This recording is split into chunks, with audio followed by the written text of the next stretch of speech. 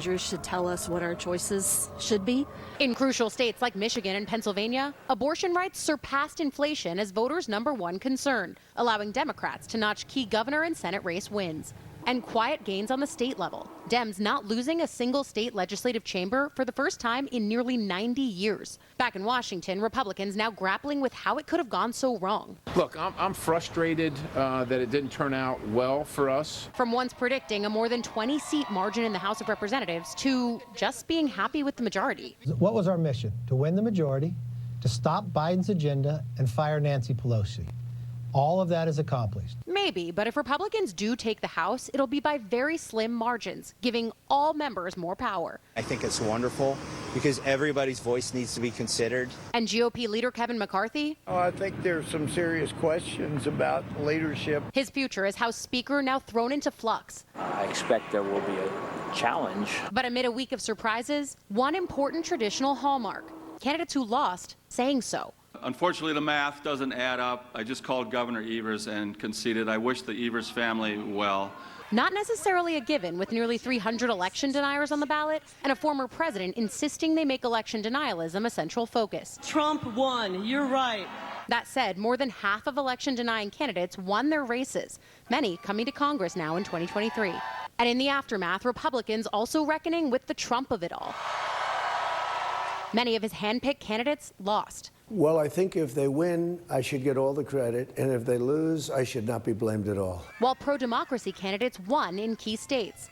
No one party has a monopoly on good ideas. One of the Democrats' strongest voting blocs, Gen Z, young voters showing up in record numbers, rallying around things like student loan forgiveness. Among them, 25-year-old Maxwell Frost, who won his election in Florida, making him the first Gen Zer elected to Congress. And in a midterm election full of firsts, another. A record $17 billion spent on campaigns and ads, all for the country to wake up Wednesday pretty much how it went to bed on election night, divided down the middle. And Allie joins me now live. Allie, good morning. It's great to see you. So after these stunning midterm elections, there's been a lot of talk about Republicans walking away from Donald Trump, but we've heard that before, and the former president made it very clear again this week he will not go quietly or perhaps at all. Yeah, that's right, because Mr. Trump is expected to announce another run for president this week down at Mar-a-Lago. But it comes as the party that he's controlled for the last 6 years has spent the last week actively pondering a future, or as the New York Post said this week, a de-future without him. One of the names that keeps coming up for 2024 is Florida Governor Ron DeSantis. But we know that former VP Mike Pence, former Ambassador Nikki Haley, former Secretary of State Mike Pompeo, also others, they all likely have their eyes on the presidential prize this coming cycle. And while Mr. Trump's had a bad political week, we have seen this time and again, Willie. Republicans end up going back and sticking by the former president. So time will tell if this moment is actually any different. Willie? Yeah, see January 6th for that. Meanwhile, we wake up this morning, Democrats in control of the Senate, and as Steve Kornacki told us again last night, the House still very much in play. Extraordinary. Allie, thank you very much. Coming up next, a new Sunday sit-down with Daniel Radcliffe on the fun of playing Weird Al Yankovic in a new movie and the rocket ride of being Harry Potter. And then a life well lived, the pioneering journalist who broke down the locker room door for the women who came after her. And as we head to break, our photo of the week, the iconic Dolly Parton performing at last weekend's Rock and Roll Hall of Fame induction ceremony in Los Angeles. After initially saying she did not think she belonged in that hall, Dolly finally relented to the fans and accepted the honor. She even wrote and performed a new song for the occasion called Rockin'. Dolly joined in this year's class by Duran Duran, Eminem, Lionel Richie, Carly Simon, among others. Congratulations to Dolly, our national treasure. The City Custom Cash Card automatically adjusts infections and blood clots. death, heart attack, stroke, and tear. Someone instead of being an outcast. Here, this is a home. We have the Stampede coming in. They're always a lot of fun, and it just lifts everybody's spirits. Stampede players like Max Root and Cole Miller tell us that volunteer work they do through the organization is rewarding and makes them feel like part of the community. Adam? a couple of locations trying to get in on a more scenic sunrise instead of just having gray skies above. An example of that is what you see behind me in Platte on this Sunday morning. Not a bad view at all from our camera down there. Beautiful color on the left-hand side of your screen, but it is cold with temperatures in the teens and low 20s across much of the area. And one of those teens, well, that's in Lake Madison. 18 near air temperature along the water with a south wind at 9 miles per hour. That does put the wind chill right around 10 degrees above zero, so you will want to keep that in mind. Beyond that, just some cloud cover out there, pretty thick at times, especially to the north and in southwestern portions of South Dakota. Also on our camera in Sioux Falls, we've seen a decent bit of those gray skies above. We do have the chance for a bit of moisture at times, some scattered snow showers possible into Monday and Tuesday, but you notice just how spotty the coverage is through the middle of the week, and also just how meager the amount of moisture is. It's a light shade of blue, so really little, if anything, is expected. But as we head through the week, just know we have a near daily chance for some of those scattered snow showers to come around in a similar manner to what we had seen really for the first half of the weekend and even on Friday for that matter. Even headed toward next weekend, we're still looking at those chances on and off for those little bits of snow. But it doesn't amount to too much. Take a look at the European model, really not showing too much in the way of appreciable moisture over the next 10 days. And its American counterpart, not really showing too much more as well. The exception is out toward the hills, maybe a little bit more in terms of getting a little more moisture in place thanks to the mountains trying to help kick up a few more snow showers now and again. So yes, we do have stuff to talk about. No, it's really not going to do all that much to help out with our long-standing drought situation. We need a lot more help than just passing flurries and the occasional snow shower. But that's what we're going to have. 20s and 30s across the area today with a few teens for highs up toward Faith.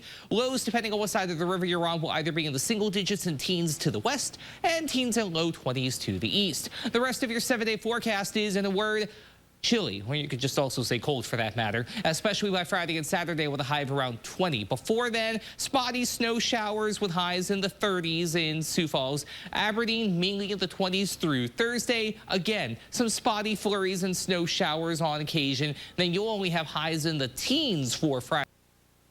The odds. Look, they're taking a victory lap because they told, I think, everyone that they thought they had a good chance. And here's Ron Klain's tweet from Wednesday. Never underestimate how much Team Biden is underestimated. And this is not just about the midterms, by the way. They're talking about the primary. They're talking about the presidential. Ron Klain is taking a victory lap, and so is President Biden. I mean, and they should. I mean, nobody saw this coming. I mean, except, of course, some Democrats who we all dismissed as overly optimistic. But clearly, you know, their agenda has been resonating with people. And because of Trump's, again, especially toxic political brand, they were really able to capitalize on this. So. And no doubt it's such a good night for Biden. However, it does seem when you look at the exit polls that Democrats prevailed in spite of him, not because of him necessarily. I mean, CNN exit polls show that 49% of voters who said they somewhat disapprove of Biden voted for Democrats, while 45% backed Republicans. So, I mean, you see Biden, he's sat off on the campaign trail in a lot of these key races. He wasn't making these big campaign pushes. He wasn't front and center, and that seemed to help Democrats. Well, it wasn't, it perhaps wasn't Biden personally, but there were some choices made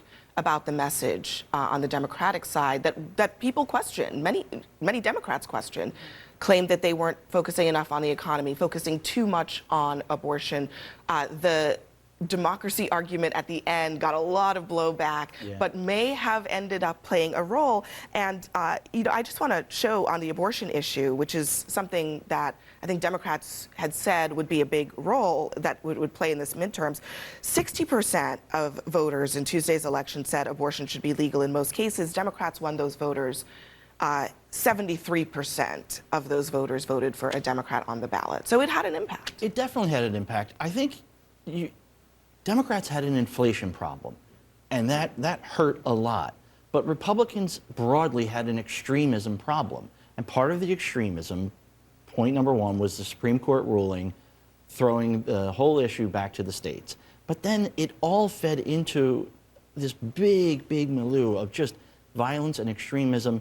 The attack on Paul Pelosi happening about 10, 12 days before the election fits right into that broader narrative. And you had Republicans who were, my gosh, some of them were making fun of the attack.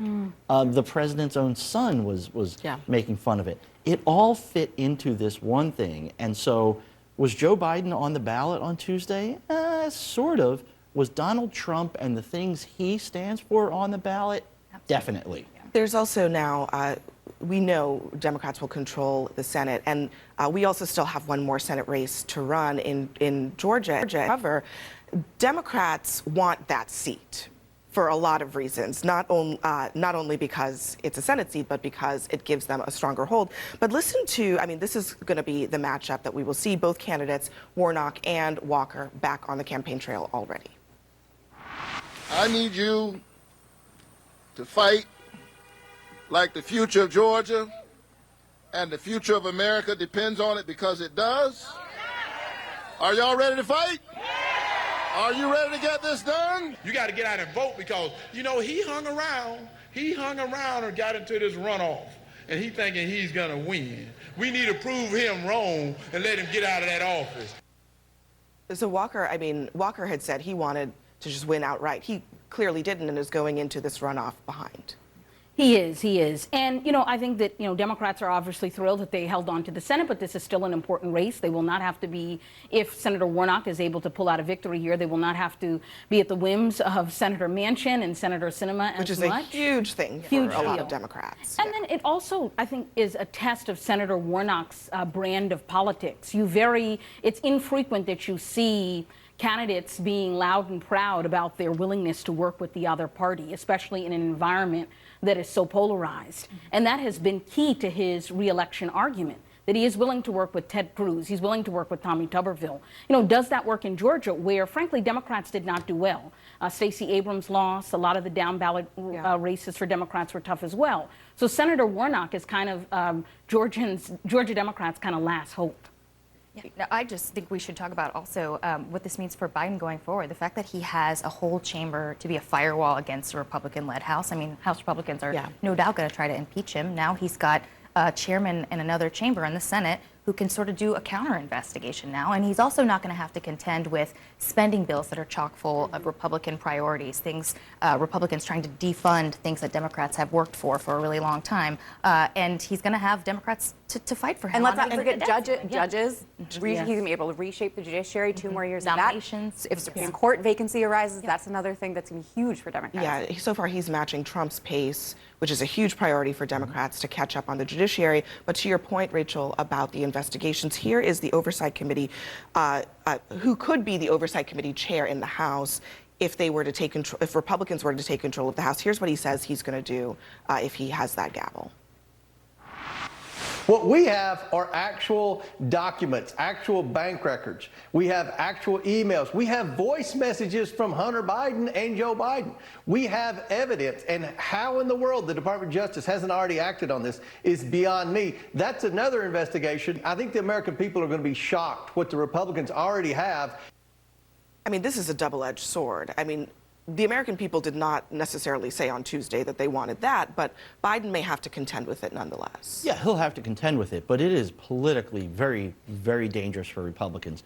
I watched the results of a focus group that a friend of mine does that's a swing voter project, and he had 12 Georgia swing voters Wednesday, the day after the election, and one of the questions he asked them was, how many of you, by a show of hands, want to see an investigation of Hunter Biden? 0. Right. How many of you want to see an investigation of Dr. Fauci? Crickets, 0. Well, we talk a lot about, you know, the MAGA wing and how much influence they would have in a small majority Republican party, but the moderates are going to have influence too, and those are the majority makers. Those are the people that the next Speaker of the Republican House is going to have to protect if they want to keep that majority. Yeah, and their voices are undoubtedly going to be louder going into this Congress, because the results on Tuesday seem to indicate that where the party is headed, at least rhetorically, is not resonating with voters that they need in order to win. But coming up for us next, as a demoralized Republican Party comes to terms with Tuesday's results, are Mitch McConnell and Kevin McCarthy's positions on the line? What's for dinner? Panera, freshly prepared with clean ingredients. It's not just a night off from cooking, it's a delicious night on for everyone at the table. Panera. Only $1 delivery fee on our app. Is it possible the only thought that comes to mind is, finally? This is financial security, and Lincoln Financial Solutions will help you get there as you plan, protect, and retire. Where you want them to be when they're grown, but you don't want them to have to wait until they're grown to learn how to be grown. You want them to be practicing that all their lives. Like, you go away to college, don't let that be the first time you do laundry, you know, and don't let that be the first time you're off on your own. Have done some of those things before. But we also come from a generation of helicoptering, you know, and I know we all talk about, we compare our kids like college visits. It's like, do you remember, it's like, my mother never did any college visits with me. I don't think you knew I took the SAT. You know, it was one of those things, we were all kind of just like, oh, you got into a school? Okay, well, how you gonna get there? You know? Your education was your responsibility. It wasn't mine. I told her, I already graduated. It's up to you to get an education and get a job. Oh, I love that wisdom. The 2020 primetime special, Michelle Obama, The Light We Carry, airs tonight at 10 Eastern, 9 Central, right here on ABC.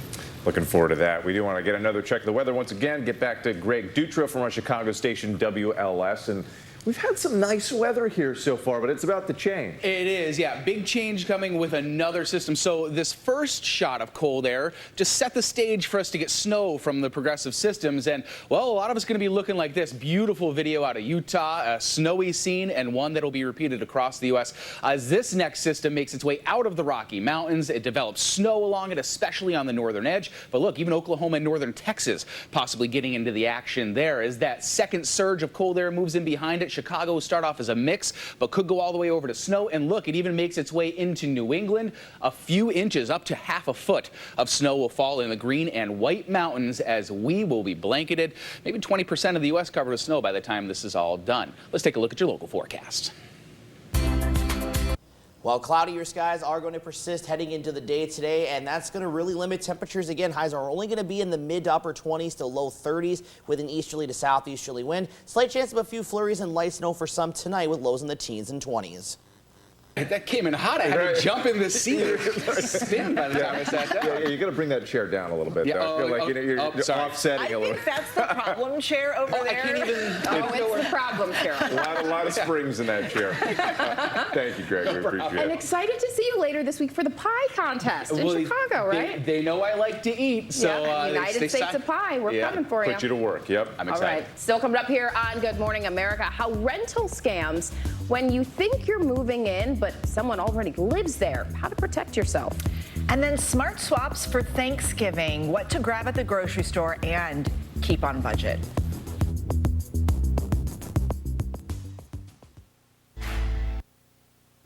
This frog and dismembered. Okay. Let's go back to our phone lines and talk to Tony, who's calling from Upper Marlboro, Maryland on the Democrat line. Tony, good morning. Yes, good morning. Yeah, I think to the question that you have, this current version of the Republican Party, there is no long-term future, and the demographics from this election, particularly with the young voters, bears that out. The Republican Party has made a choice, to feed white racial fear and resentment for votes for decades, and it is now catching up to them. Not just in terms of racial demographics, but age demographics in the country. The younger people just do not buy into that the way older folks do. And the Republican Party is overwhelmingly old and overwhelmingly white. White people are maybe 60% of the population. I think the Republican Party might be 80 or 85% white. That doesn't happen by accident. It is a choice they made, like I said, decades ago. They failed to act after 2012 when they did this autopsy. Again, made the same choice, doubled down, and now they're reduced to passing voter suppression laws in states all over the country because they know they can't win when everybody votes. Go ahead and respond, Henry. Yeah, well, you know, as Ronald Reagan said in his 1964 speech, to paraphrase that, you know, so much that my liberal friend knows that just isn't so. You know, that there's no voter suppression going on in this country. You know, turnout in Georgia was extremely high, and that was supposedly the Jim Crow law. You know, Raphael Warnock is going to, you know, came in first in that. The Republican voter base is less white than it's been in my lifetime. You know, record highs of Latinos, record highs of blacks, record highs of members of minorities who are part of the conference in the Senate and in the House. You know, I understand Republicans have their talking points, Democrats have their talking points. There's no voter fraud, there's no voter suppression. It's just things that people talk about because they're afraid of the other side, and they put evil motives on the other side instead of just admitting they don't win elections. They don't win elections in Florida because they don't represent a majority of Floridians. Republicans don't win elections in Nevada because they don't represent a majority of Nevadans. You know, that's just the way things are, and I wish people would understand why they lose rather than creating fictions that absolve them of any responsibility. We've talked about the Senate. If Republicans win control of the House, which they're predicted to do, is Kevin McCarthy the next House Speaker? Well, it's the same thing as with Mitch McConnell. You know, you can't beat somebody with nobody. And Steve Scalise, the second in command, says he's not going to challenge McCarthy. I don't think Jim Banks, the ambitious Republican Study Committee chairman running for whip, is going to challenge McCarthy. Elise Stefanik, who's running for promotion, doesn't say she's going to challenge McCarthy. Jim Jordan is on McCarthy's side. All the big names who could be alternatives are not presenting themselves as alternatives. So I think what you'll have is McCarthy be Speaker, but on a short leash, that people want to see how he performs. And there's always ambition, and if he doesn't perform well, who knows what's going to happen. But I think Kevin McCarthy will be Speaker. If the Republicans don't get a majority, I would not be surprised if he is not leader, because he will have not led them to the promised land. But if the Republicans do get a majority, I think he will be Speaker.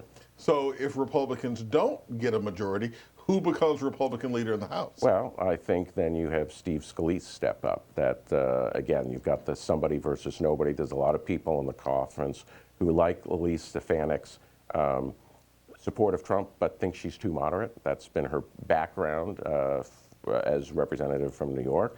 And I think Scalise would be the easy compromise choice to have a quick transition. But again, I believe all the data suggests that Republicans will have a narrow majority, that they will have as narrow majority in the House as Nancy Pelosi has presided over these last 2 years, and that means Kevin McCarthy will likely be the Speaker.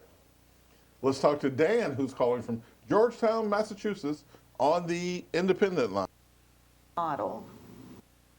Life in heaven. And I know that sounds so simple.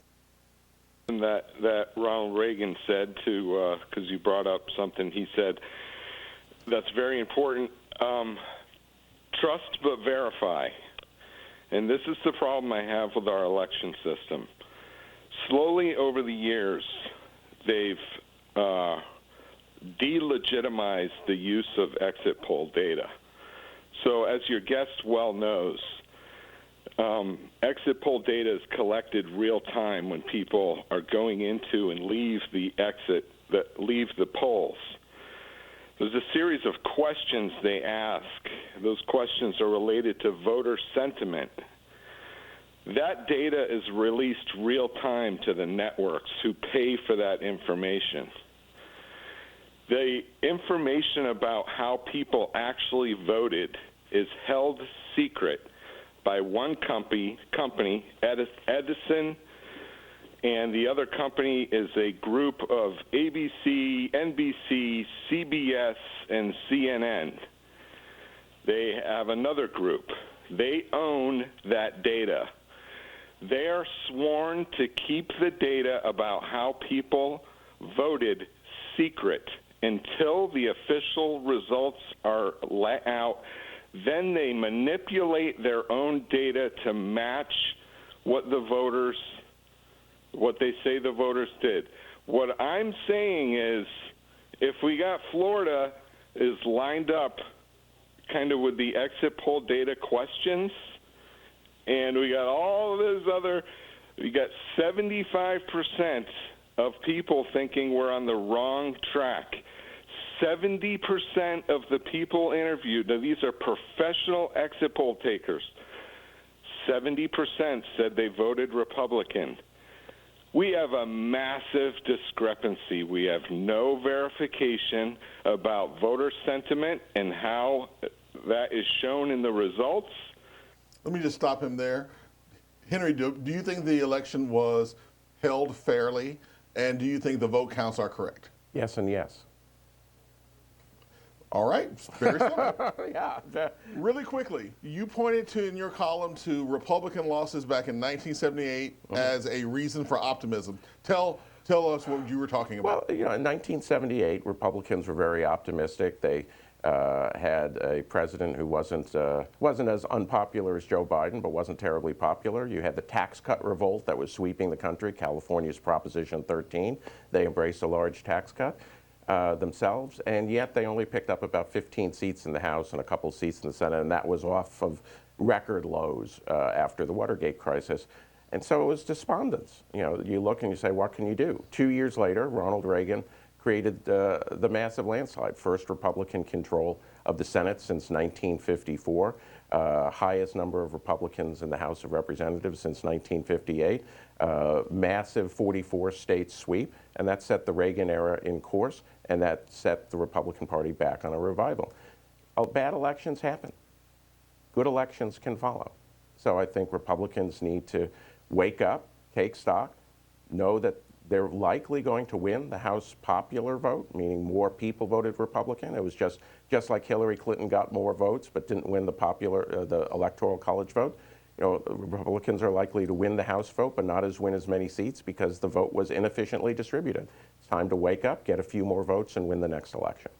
Well, we'd like to thank Washington Post columnist and ethics and public coming in midweek across parts of the South. Areas like Lubbock, Texas, and over towards Oklahoma City could be seeing some pretty significant snow, and eventually getting some snow across parts of the Northeast, not the coast, but parts of the Northeast as well. All right, send it back to you inside. Thank you, Rick. I'm not looking forward to the cold. Yeah, I know. All right, well, coming up, Mexico has a new campaign to combat drug use with video of drug users in Philadelphia. The scare tactic that should be a big warning sign to Americans.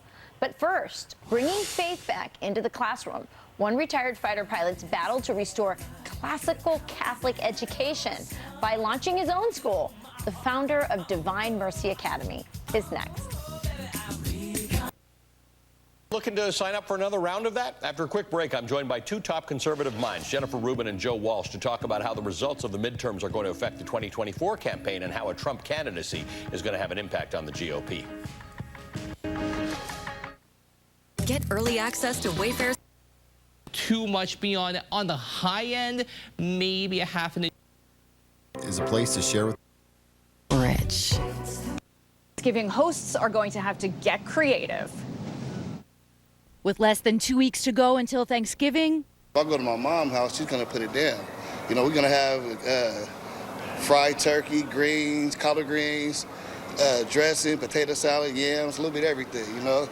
Shopping for this year's holiday dinner amid record high food prices will be costly. It's heartbreaking because like you go see something that used to be like only like $2-3 is now like $7 to $10, and I'm like, how are people eating? The per pound prices for turkey, the holiday's biggest staple, now up 17%. Food costs are so expensive that this year some supermarket chains are offering free turkey giveaways and honoring last year's prices. Even if we didn't have the money to have like a big Thanksgiving dinner, we could only make a few dishes. If you're on a budget, you could save some money at the checkout counter, especially if you're flexible. You can use chickens, you know, there's duck. You can also even have seafood if that's something that people find interesting and palatable.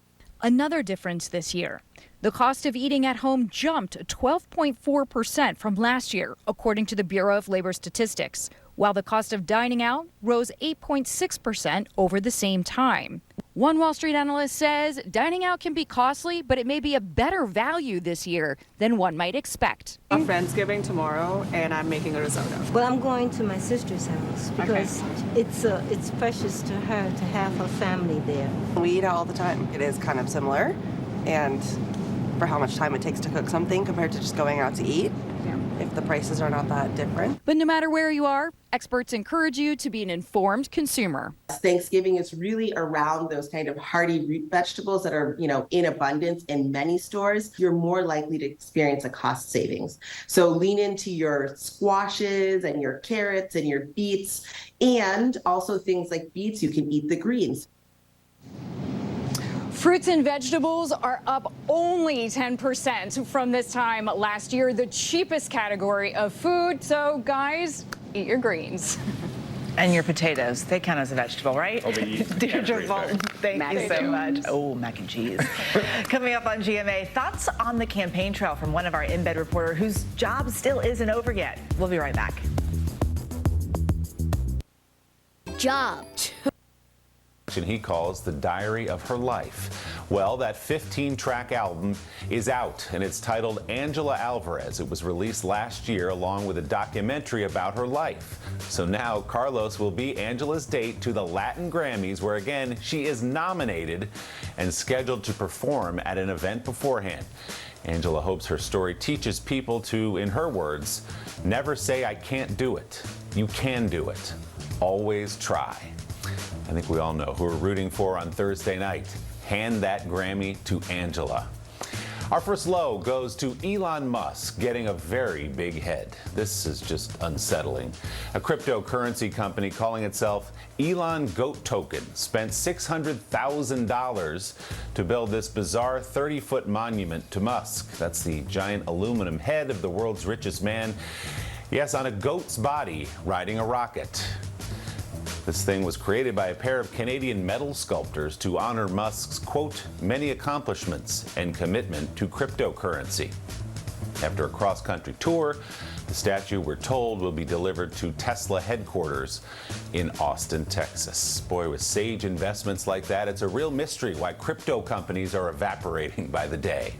Our next high goes to one family's effort to coordinate a very special reunion in Santan Valley, Arizona. Oh my God! You see him running out.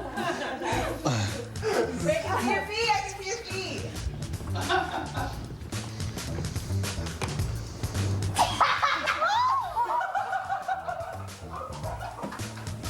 That is Brenda Overson, who recently was diagnosed with stage 3 ovarian cancer. The man walking over to her is her son, Nick Hancock, who she had not seen in nearly a year.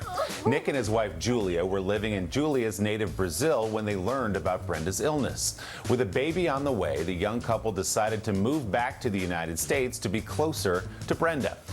But they wanted their return to be extra special for Brenda, who's undergoing chemotherapy, so Nick and his siblings hatched a plan expediting the months-long immigration process with the U.S. consulate and surprising Brenda with her new granddaughter. Nick says the little trick with the blanket was executed flawlessly by his nephew and older brother, Ivan. Brenda was completely surprised, and there was not a dry eye in the house. Nick and Julia now live just 15 minutes from Brenda, who we're told is doing very well. Our final low goes to the groom who made his beautiful bride wait 15 long years for their wedding day. But it really is a high to her for getting him good at the altar as she pulled out a copy of her vows.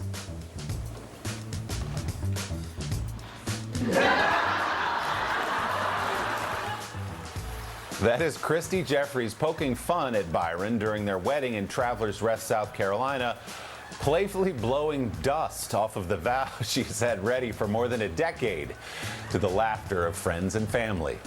The pair met in 2006 at Clemson University, where Christy mentored Byron in physics class. On Valentine's Day 2007, Byron gave Christy a candy that said, "I want you."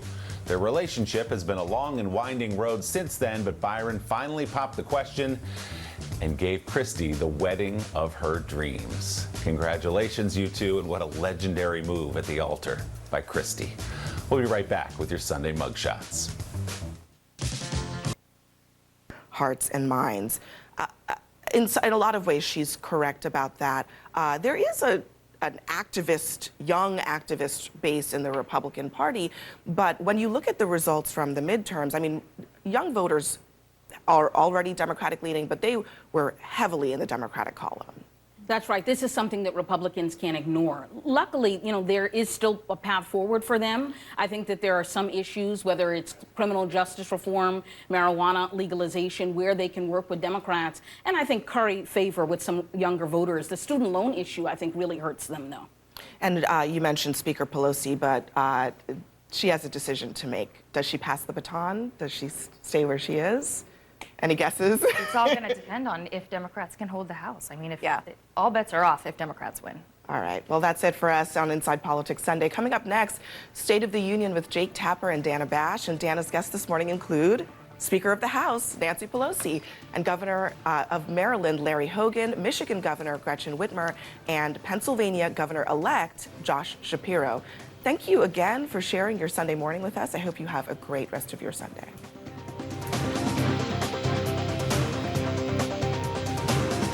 When you get a chip in your windshield, trust SafeLight. Kellogg's Special K. 12 toward Yankton, but then you factor in that wind, which has been at 5 to 15 miles per hour in a variable direction. And we do have wind chills in the single digits above and at times below zero. Unfortunately, even with the wind not being too strong, we are going to have to keep an eye on this, especially later in the upcoming work and school week when we get a reinforcing shot of cold air. So we have a lot of cloud cover in place, although a few areas are breaking in on a little bit of sunshine this morning. That's going to be an exception to the rule. So then we have some snow showers we'll be watching on occasion. Little, if anything, is expected from this beyond just being able to say that you saw some snowflakes over the course of the day. Same goes for Monday, although chances are going to be a little bit better in northwestern Iowa. Then Tuesday comes around, we'll have another chance for some scattered snow showers in place, primarily in the hills and in eastern and northeastern portions of KELO land with a little disturbance trying to make its presence known. But again, moisture amounts aren't going to be all that impressive, so we're really not looking at too much in terms of accumulation, let alone any. And what that means is this, half a dozen. So the stability within the Democratic caucus has been really a hallmark. My guess is she stays. There are a group of Democrats in the wings ready to take that spot. So if she doesn't stay, who takes that spot? My guess is it'll be Hakeem Jeffries, congressman from New York City. Right now there would be a battle, it looks like, between him and Adam Schiff of California. If I were to predict, I think he probably has done a better job of rounding up votes at this point, and that's what you need to do. So he would be the next leader, is my guess. Let me take time to remind our viewers that they can be part of this conversation. We're going to open up our regular lines, which means that Democrats, you can call 202-748-8000. Republicans, your line's 202-748-8001. Independents, you can call 202-748-8002. Keep in mind, you can always text us at 202-748-8003, and we're always reading on social media, on Twitter at CSpanWJ, and on Facebook at facebook.com/CSpan. Now, can President Biden claim any kind of mandate following the 2022 midterm elections? Because historically, his party would have been swept out of power in both houses of Congress. It didn't happen. Can he claim a mandate? Yeah, I think he can. I mean, I think he can claim the mandate of trying to heal the soul of the nation, trying to get rid of extremism, making sure that election deniers don't get into places of power, and continue on the path that he's on. Now, he's got a very, very closely divided Congress. it looks like things are going to have to be done in a bipartisan manner. I mean, I think the betting money is that the House is going to go Republican, you know, just barely. But, I mean, this is a president that right now, you know, he's got a spring in his step. He's got the wind at his back. He should feel very, very good and feel like I can move forward. I don't need to make a lot of changes. Well, that brings me up to my next question. Should there be any changes that President Biden should be looking at given the results of the midterm elections? Once again, his party was not swept out of power, but he's going into his last 2 years as president with not stellar approval ratings. Are there any changes he should be looking at? I think there are 3 places where they should be looking at making some changes, or at least making an effort to you know, raise awareness of what they're doing. Immigration, crime, and then on the economic area, I think they've done basically a very, very good job, but probably need to bring some folks in outside from the business area as they're battling inflation going forward. Because in the business area, that's where they understand inflation and supply chains and those sort of things the best. It would be good to see that on the economic team, on their economic team. But, you know, crime is definitely an issue that worked against Democrats, I think in some ways unfairly.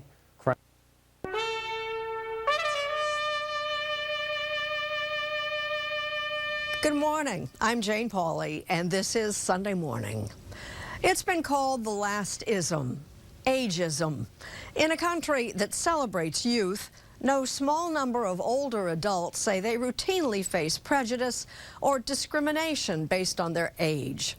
From casual slights to comments in job interviews, even jokes in greeting cards.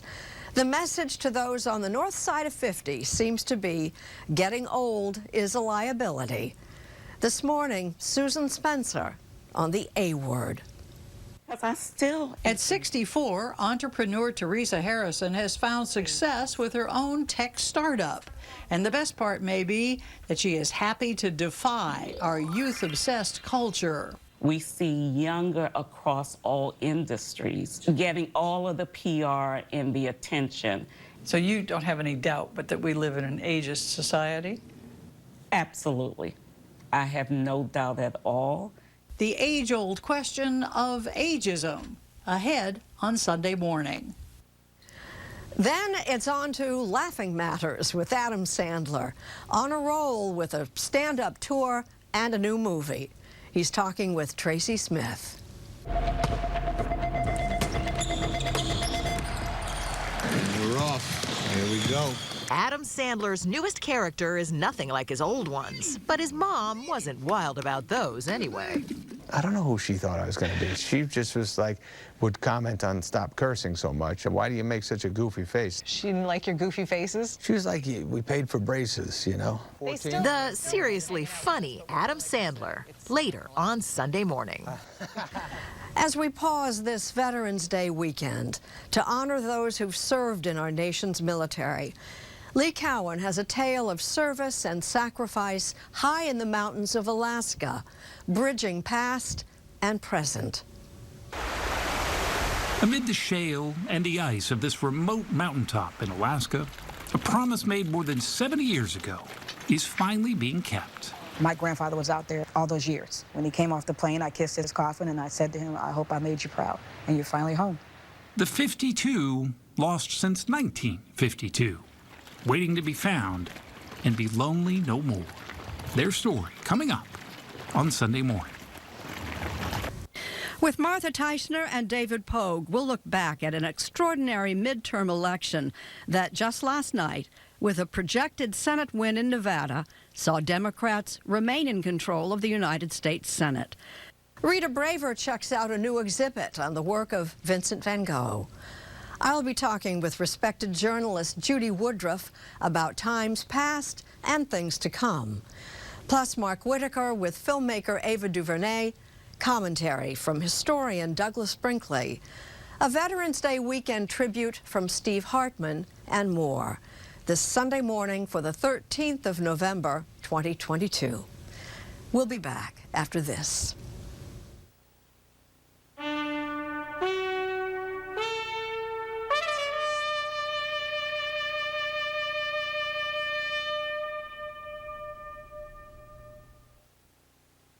it was a factor. I mean, we haven't done this in Michigan, but 4 times over the last 130 years. This was a massive turn of events, and I think part of it was Democrats were fighting to solve problems, make people's lives better, but also protect our ability to make our own decisions about our bodies. These are fundamental core issues. If we're going to design our lives and make our decisions around our families, that is, without question, an economic decision as well. I know a lot of folks kind of wanted to say, should we talk about the economy or abortion? But the fact of the matter is, the ability to decide when and whether to have a child is the biggest economic decision a woman will make over the course of her lifetime. And that's why we kept that front and center, too. I'm speaking with House Speaker Nancy Pelosi shortly. Her husband, of course, was attacked after a conspiracy theorist came into their San Francisco home. 5 men were convicted in a plot to kidnap you. Do you think this election was in any way a repudiation of political violence? I would like to think so. I'll be honest with you, my opponent was a conspiracy theorist, and she'd regularly stoke politically violent rhetoric, undermine institutions. Whether it is aimed at me or it is aimed at a Republican congressman like Fred Upton or Peter Meyer here in Michigan, it's unacceptable. And my heart goes out to the Pelosi family. I think that this is a moment where good people need to call this out and say, we will not tolerate this in this country. And perhaps part of that message was sent this election. Your state of Michigan is really a true swing state. It flipped back and forth from red to blue over the last decade. Trump won it in 2016, Biden in 2020. You just had a big re-election this week. What is the secret to keeping Michigan blue going forward in 2024? I really think that this was an affirmation of the agenda that we have been driving here for 4 years. I've had a very challenging legislature to work with at times, and yet, despite that, we're bringing supply chains home, making semiconductors in Michigan. We've expanded the auto industry, EVs and batteries. I mean, these are the core issues. If you want a good quality of life, a great job is fundamental to that. And so staying focused on those fundamentals, I think, is really important. I am a Democrat. I'm proud to be. I also am smart enough to know I'll work with anybody who actually wants to roll up their sleeves and solve problems. And so just because we now control all branches of government in Michigan doesn't mean that I'll change my tactics. There's a seat at the table for anyone who's serious about solving problems and building a Michigan that ensures generations can thrive. President Biden has said that it's his intention to run again for president in 2024. He's going to make that decision early next year. How do you think the strong midterm results for the president should impact his decision? I could just tell you this. He has said he intends to run, and he'll have my support. I've pledged that to him. I think he's delivered on a lot of really important fronts for the American people. All the decisions that he'll be making in the coming weeks and months, I can't get into his head, but I can just say, should he run, he will have my support, and that's what he's indicated, so he's got it. Are you interested in running for president if he doesn't run, or if he does, waiting till 2028?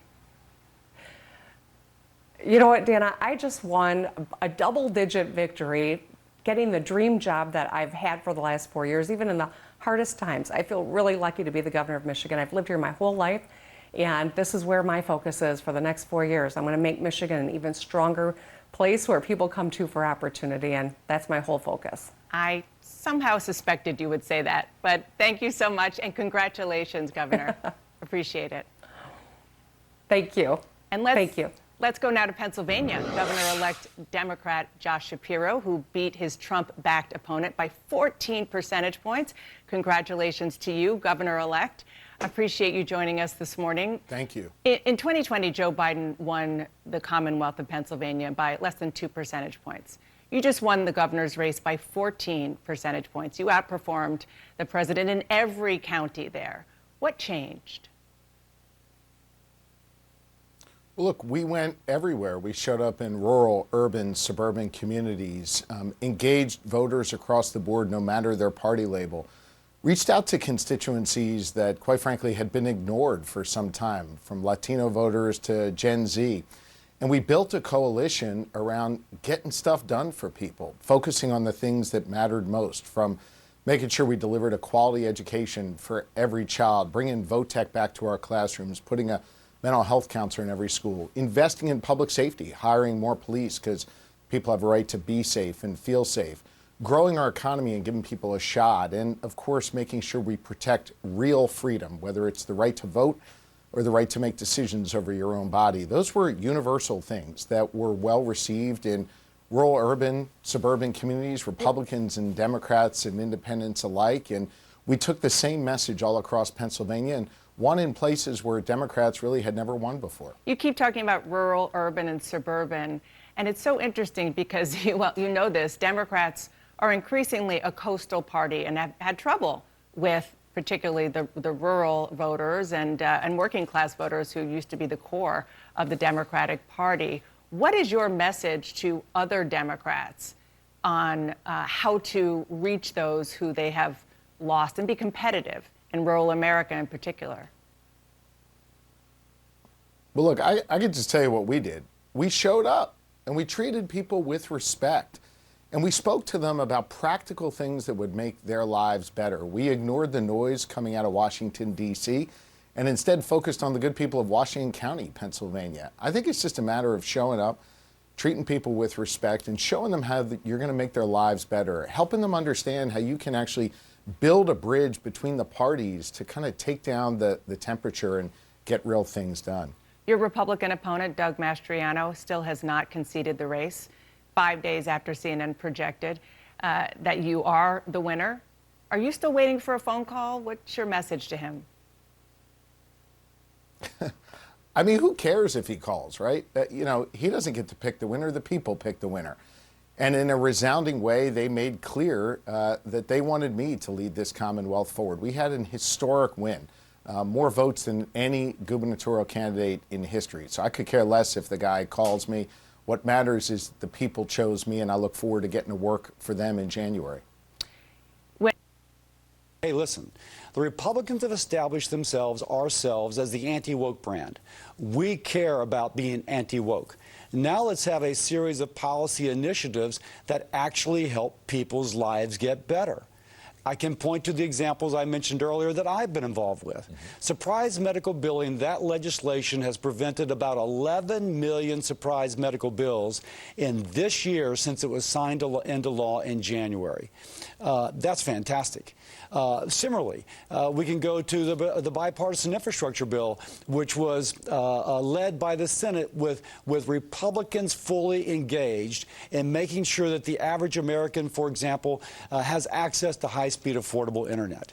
We can look at those legislative accomplishments, get them done, build the credibility so that next time, next election, people decide to vote Republican. Look, Donald Trump's announcing his candidacy for president on Tuesday, whether anybody wants him to or not. And we understand people have tried to get him to postpone this decision.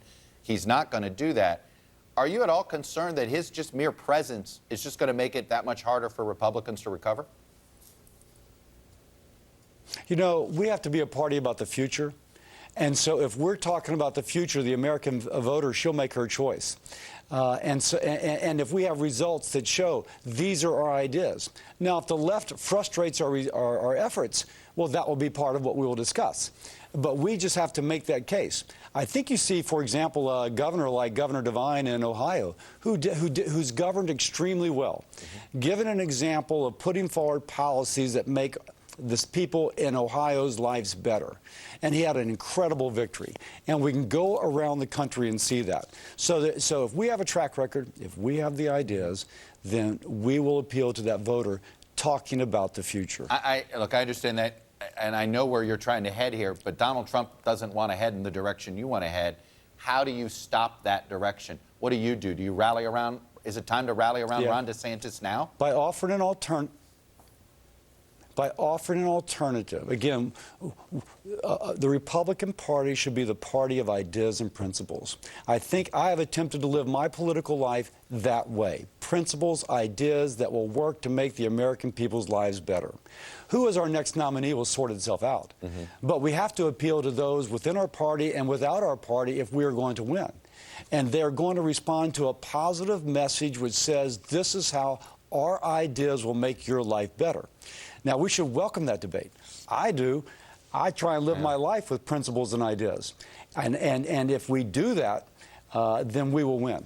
Can you imagine having to support Donald Trump again if he's the nominee of your party?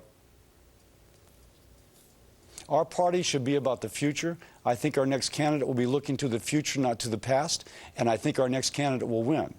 And so I anticipate supporting a candidate who's looking to the future. And if that candidate's Donald Trump, do you plan on supporting that candidate? You're giving me a theoretical, which actually I don't think will come to transpire, because we have to be looking to the future. And so you can give me a theoretical after a theoretical. Okay. I will say we should be a party of ideas and principles. I welcome that. I've tried to live my life that way, and I think our next candidate will similarly embody that perspective. All right. Senator Bill Cassidy, Republican from Louisiana. Thanks for coming on and sharing your perspective with us. Appreciate it. Thanks, Chuck. All right, joining me now is Democratic Senator Elizabeth Warren of Massachusetts. Senator Warren, welcome back to Meet the Press. Thank you. Let me start with the Good to same question I started to Senator Cassidy. What did you learn from the midterms? What are you taking away? I learned that when Democrats deliver, Democrats win. We got out there, we fought for working people. That's the heart and soul of the Democratic Party. And the voters said, yeah, that's what we want. The Republicans, by contrast, they were there for the billionaires and the billionaire corporations. They were extremists. They wanted to fight about conspiracy theories and the 2020 election. And voters said, no, we need somebody on our side. So Democrats fought, Democrats delivered, Democrats won, and that should inform what we do during the lame duck and what we do in 2023 and 2024. I want to get to a couple things in the lame duck in a minute, but I want to ask.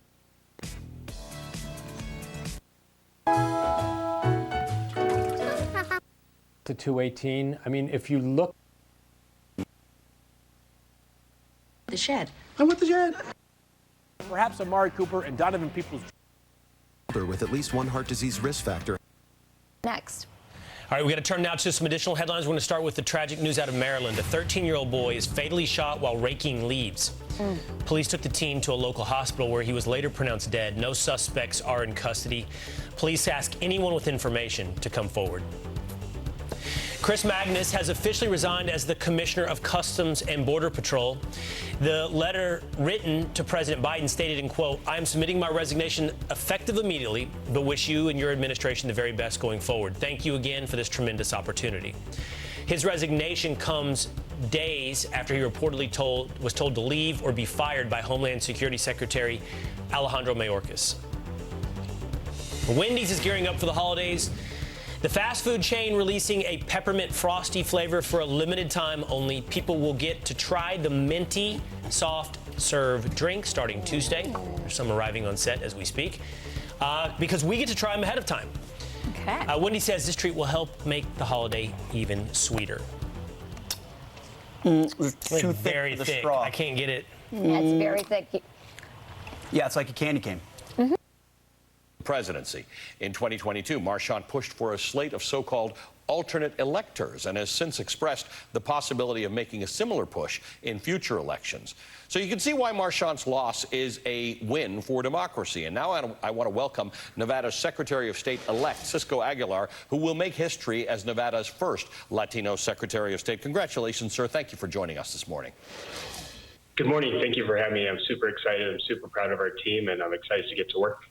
Look, I often say to our viewers that 3 years ago, I didn't know any secretaries of state. I truly wouldn't have known who was running, where they were. And some people, mock me on social media that, well, that's just bad journalism for you not to have known who these people are. But there was no reason for me to know, because people like you, the job you are going to do, were in different jobs in different states. In your case, you don't certify elections, but you will set rules and enforce those rules. And I was, like most Americans, I thought those rules generally worked until they were brought into doubt in 2020. So the issue here is that the rules actually do work, but the doubt that was sowed around the job that people like you had to do suppressed votes and makes people worry about elections. Absolutely. The job of Secretary of State in Nevada is one where you are an administrator. You oversee corporate and security filings. The other is you are a regulator of elections here in Nevada, which we all know coming 2024, we know that Nevada is going to be a major battleground state We are going to have an opportunity to choose the next president of the United States, and it's the responsibility of the Secretary of State to be a regulator. You know, I was appointed to the Nevada Athletic Commission by 2 Republican governors. I served 2 years as chair. I know what it means to be a regulator. I know the responsibility of setting statute or passing statute to be in the benefit of all Nevadans for our election. In fact, in neighboring Arizona, the person who's become the Secretary of State there, Adrian Fontes, was the county recorder in Maricopa County. And a lot of Republicans supported him because they said the guy knows how to be an elections regulator. And now, for those of us who 2 or 3 years ago didn't know much about secretaries of state, I want people who know how to be election regulators. I want people who know how to follow rules. I want people who know how to enforce rules. This is actually an administration job that has suddenly become remarkably important. I mean, your job has gone from being something that has existed in some, or your next job has been something that's existed in relative obscurity, into one of the most important jobs across the country. Absolutely, and I think, you know, voters are looking for somebody who's not going to create chaos. They have enough chaos in their life. We have enough problems. You know, we face kitchen table issues every day here in Nevada among our working class. They want to know that somebody's going to have their back. They're going to do the job they're supposed to do. This is not about Democratic or Republican priorities. This is about making sure voters have access to the ballot box and making sure people have an opportunity to express their voice and have an opinion about our future. I want to ask you more broadly about Nevada. I wouldn't typically do this, except that you were a former staffer for Harry Reid, the late Harry Reid, and there were a lot of concerns and a lot of hand-wringing about the fact that Harry Reid was such a big presence in Nevada elections on an organizing level that his absence was going to cost Democrats very heavily in Nevada this election cycle. Tell me about how you evaluate those statements and the outcome. Absolutely. As the last candidate Senator Reid endorsed, I had a huge responsibility to ensure that his legacy was continued throughout our state. And I'm excited to be able to represent the senator and be able to drive that vision he had for our state. His legacy continues to be strong. He's been active in everything we have. Some of the voter access laws we have here in Nevada that give everybody the opportunity to vote early, to vote by mail, to do same-day voter registration, all comes from a vision he had for the voters of Nevada. And I'm excited to be able to carry that legacy and do the work that he wanted us all to do. Your race was close. All the races in Nevada were close. All the races in Arizona were close. There were close races all over the country in terms of victories over election deniers. As we pointed out, there was one success in Indiana, but every other case was a loss. This gives those of us who like democracy a little bit of a breather, a little bit of a sigh of relief. It's not that big. The breath that I take in of fresh air does not fill my lungs right now.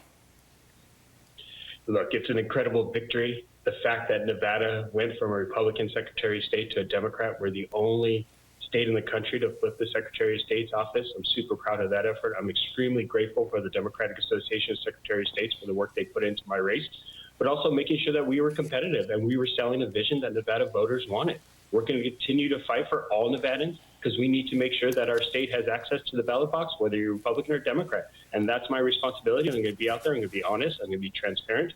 And I'm going to be truthful with people. I think my opponent built his campaign on a foundation of falsehoods and lies, and we need to break that down and reestablish trust throughout the state of Nevada.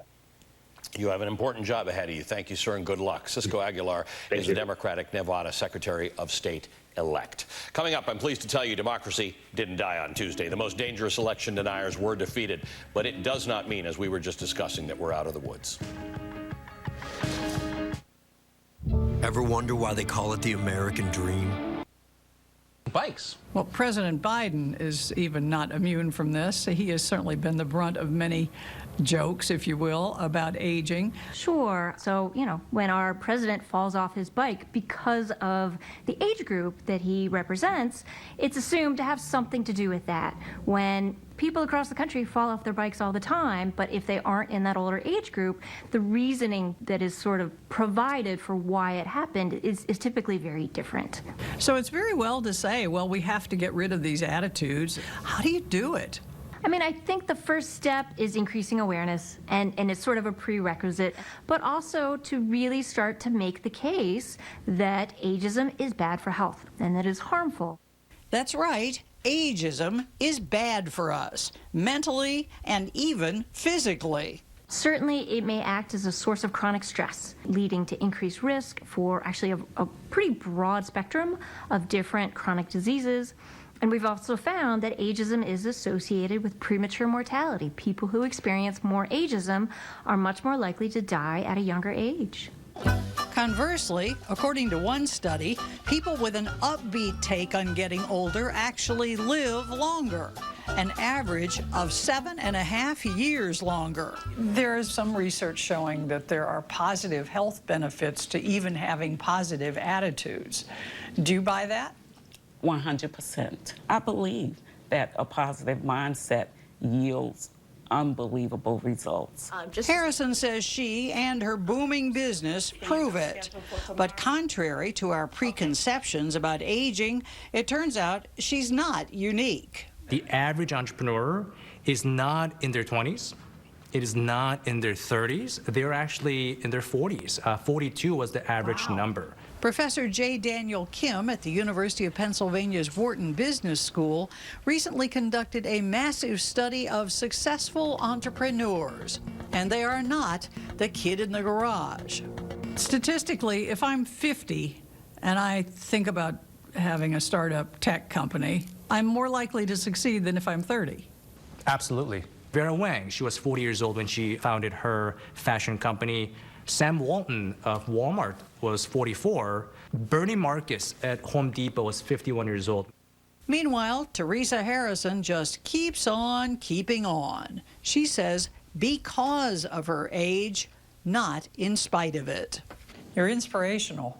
Well, thank you. Thank you. And if I ever get older, I'll take all this to heart. Please do. It keeps me young. Obviously. Yes, it does. It does. Vote. Check. And when you program, there wasn't anybody who wasn't running on what we did. Well, joining me now is Anita Dunn, the senior advisor to President Biden. Anita, welcome back to Meet the Press. Hey, Chuck, thank you for having me on. And I just have to say, I too would have yielded 5 minutes to Elizabeth Warren to hear her talk about crypto. More on crypto. I know there's so many people who want to talk midterms, so we are making an appointment to do that again. We've done a lot on our own here. But let me start.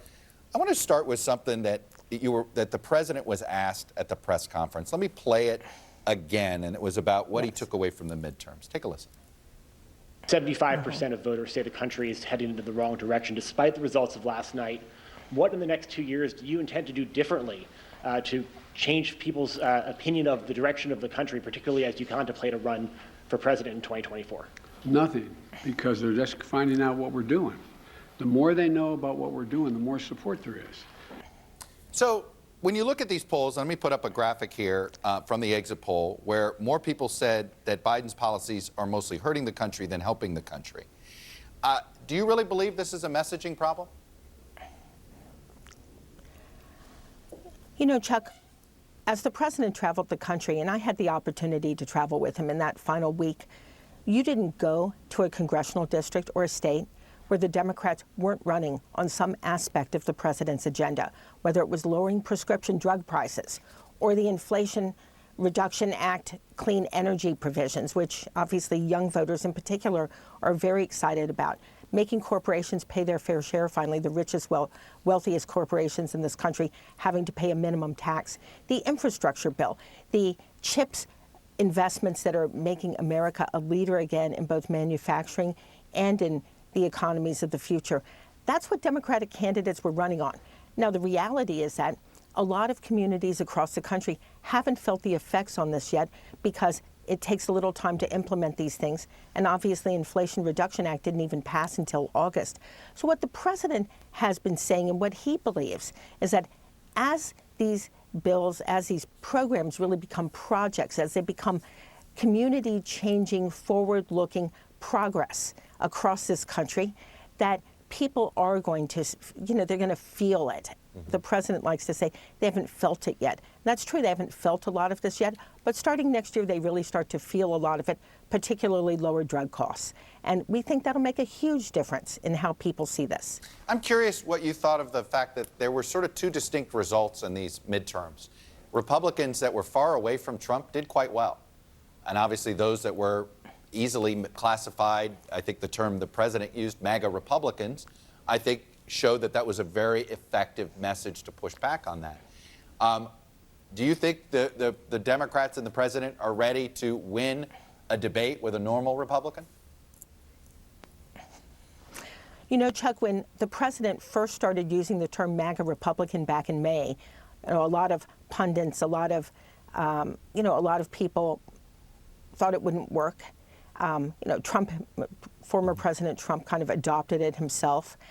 But it was a very effective strategy for kind of raising for the American people the hazards of going down that path with democracy denial, with the threats of political violence to achieve political ends, with an extremist program that involves denying women the right to an abortion. Economic policies that continue to be trickle down as opposed to bottom up and middle out the way President Biden is fighting for. So the reality is that, and I thought Senator Cassidy really set it up very well earlier, the Republican Party has to come up with what they're actually for. It's very clear what President Biden and the Democratic Party are for. They are for working people, for middle-class people, for policies that change what's happened over the last 40 years in this country, where the wealthy just got wealthier and the people at the top did well and everybody else lost ground. That's what he ran on in 2020. That is what he has set out to do, and he's made some real progress. But he has a lot more to do. A House of Representatives that is a two-seat margin for either party is a tough place to govern, tough place to corral. Good luck to whoever has to do that on that front. But what does that portend for the next 2 years legislatively? Are we looking at smaller, incremental things that get through Congress? Or do you think even with a one-seat majority, you could do more if somehow the Democrats end up on top here? Well, I wouldn't say a 50-50 split Senate and a very narrow House majority had been all that easy over the first 2 years. This could be the good old days, though, at what President Biden. It could be the good old days, but I would just say that the president was able to get huge bipartisan legislation passed in his first 2 years. The CHIPS and Science bill, the infrastructure bill. Presidents have been talking for decades about infrastructure.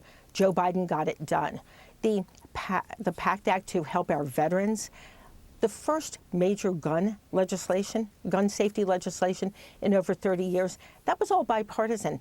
And the reality is that the people of this country want progress. They want people to work together. They want progress, and they want their leaders in Washington to put their priorities first and not necessarily political priorities. And that's the message, I think, that you hear. So, we believe Democratic agenda versus Republican agenda, Democratic agenda wins because it's about working people, about middle class. Right. It's about moving this country forward. Down the final stretch, and it paid off. You look at some of the swing counties that, I'll call them swing counties, some of the swing counties that she lost or was much closer in 2018. Brown County, for example, dominates in Brown County this time around. Hughes County, where Pierre is, of course, lost in 2018 by just a hair. Dominated this time. Minor County, I think she had 46 in Minor County last time around. 72% in Minor County this time around. Just, and biggest surprise of all to me, wins Minnehaha County. Just a really solid night from her. I think her message resonated. I think she is a popular incumbent governor who showed that on Tuesday night. It's hard to parse this out a little bit, but let's try. Did she overperform because she's that good of a candidate and ran that good of a campaign? Or was Jamie Smith maybe not that good of a candidate and didn't run that good of a campaign? I would probably stray away from saying that Jamie Smith wasn't a good candidate or didn't run a good campaign. I think he had to shoulder a large burden. I think some of the down ballot candidates didn't necessarily help him. I think Brian Bangs was a bit of a weaker candidate. I don't think he got a lot of help. Well, I know he didn't get a lot of help from the national party and not from the state party leadership. I think he stepped up to the plate. He did what he could. He showed up. He was at events. I don't necessarily think that as much as he was vastly outspent. Okay. He did not have enough money. He didn't match her name ID. He couldn't get on the airwaves like she did. And also, at the end of the day, President Biden's not popular in South Dakota. And people vote a lot of times based on who the president is. And I think he suffered as a result of that, too. Let's talk about short-term future here for a second. We know what it is for Governor Noem. She wins re-election, in theory, goes on to serve another 4 years in Pierre. What is the political short-term future for Jamie Smith? Do you see What do you see? You know, I really do think right now he's probably content not to be going back to Pierre in January like he has in the past. I get the impression just in the few times I've talked to him since the race ended, he's happy to hang out with his children. He's got a son in college. He's got another still in high school. He likes hanging out at home. I think he wants to be a realtor again. And that's, you know, I think what makes Jamie Smith a very likable person for a lot of people. At the end of the day, he was always a person first and a politician second. And I think that showed in his campaign, both positively and negatively. And right now, I mean, would I say there's a possibility maybe he gets back to being a state rep or a state senator one day? Yeah, he's a relatively young guy. He's in his 50s. Right now, though, I think the last thing on Jamie Smith's mind is politics. We talked about this a little off the air. The idea of waiting to see how the election played out, to see what the conservative dominance would be in Pierre. So how did it play out? Yeah, I mean, it's not even so much what they did or didn't win in the state legislature, but rather the fact that every district was up for grab for Republicans that night. You look at Vermilion. I mean, they knocked off a Democrat there. District 1, that's northeastern South Dakota. That used to be a Democratic stronghold. That's where Susan Wismer's from. I mean, they dominate that district now. Even some of the reservation districts, they're strong there. I mean, there's not a single district in the state right now, maybe with the exception of District 10 here in Sioux Falls, that Republicans can't win. It's quite incredible to see how dominant they are in the state, just in terms of voter registration, money, and organization. They run a better shop. They have more events. They have a better grassroots. It is not even a close competition right now. And again, I think you saw that from school board races all the way up to governor's race on Tuesday night. I want to talk with you real quick about recreational marijuana. You called it on this broadcast weeks ago. You said recreational marijuana is going to go down. Yeah. And it did. Let's be forward-looking here now for a second. When do we see recreational marijuana back on the ballot or in some kind of measure to get it in front of the public again? Do we think 2024? Do we think there's a cooling off period? Do we know? You know, you look at people who contribute to these campaigns, they're sort of like investors. You know, if you're a pro-marijuana campaigner, you're coming to people who donated to you and saying, hey, we just lost. It got sued off the ballot last time. Can we please have more money? That person's probably going to say no, just like an investor would in a product they don't trust. So I think 2024 is probably too short term. 2026, maybe? Yeah. Do I think it'll be back on the ballot eventually? Yes. It's pretty easy to get a ballot initiative on the ballot in South Dakota just based on the signature threshold and such. However, I think they're going to be licking their wounds for a little bit. That was a pretty, I don't want to say stunning because like you said, I did call it. I think a lot of people felt it was coming, but it was a strong defeat. Maybe not in margin, but just in the resounding effort that went into defeating it. I think we probably will not see it on the ballot in the near future again. State House reporter Austin Goss taking the political pulse on this Sunday after the big election day. Good to see you. Thank you. Thanks, Brian. You bet. Keep it right here. We're going to be back with Jamie Smith. We're going to sit down with him and we're going to talk about what the last couple of days have been like. That's when Matters of the State continues. You want to feel important. You want to be a part of something bigger, something that matters. Street. Do you think that good to make last night look like it was good? It was good for, it was good for Republicans.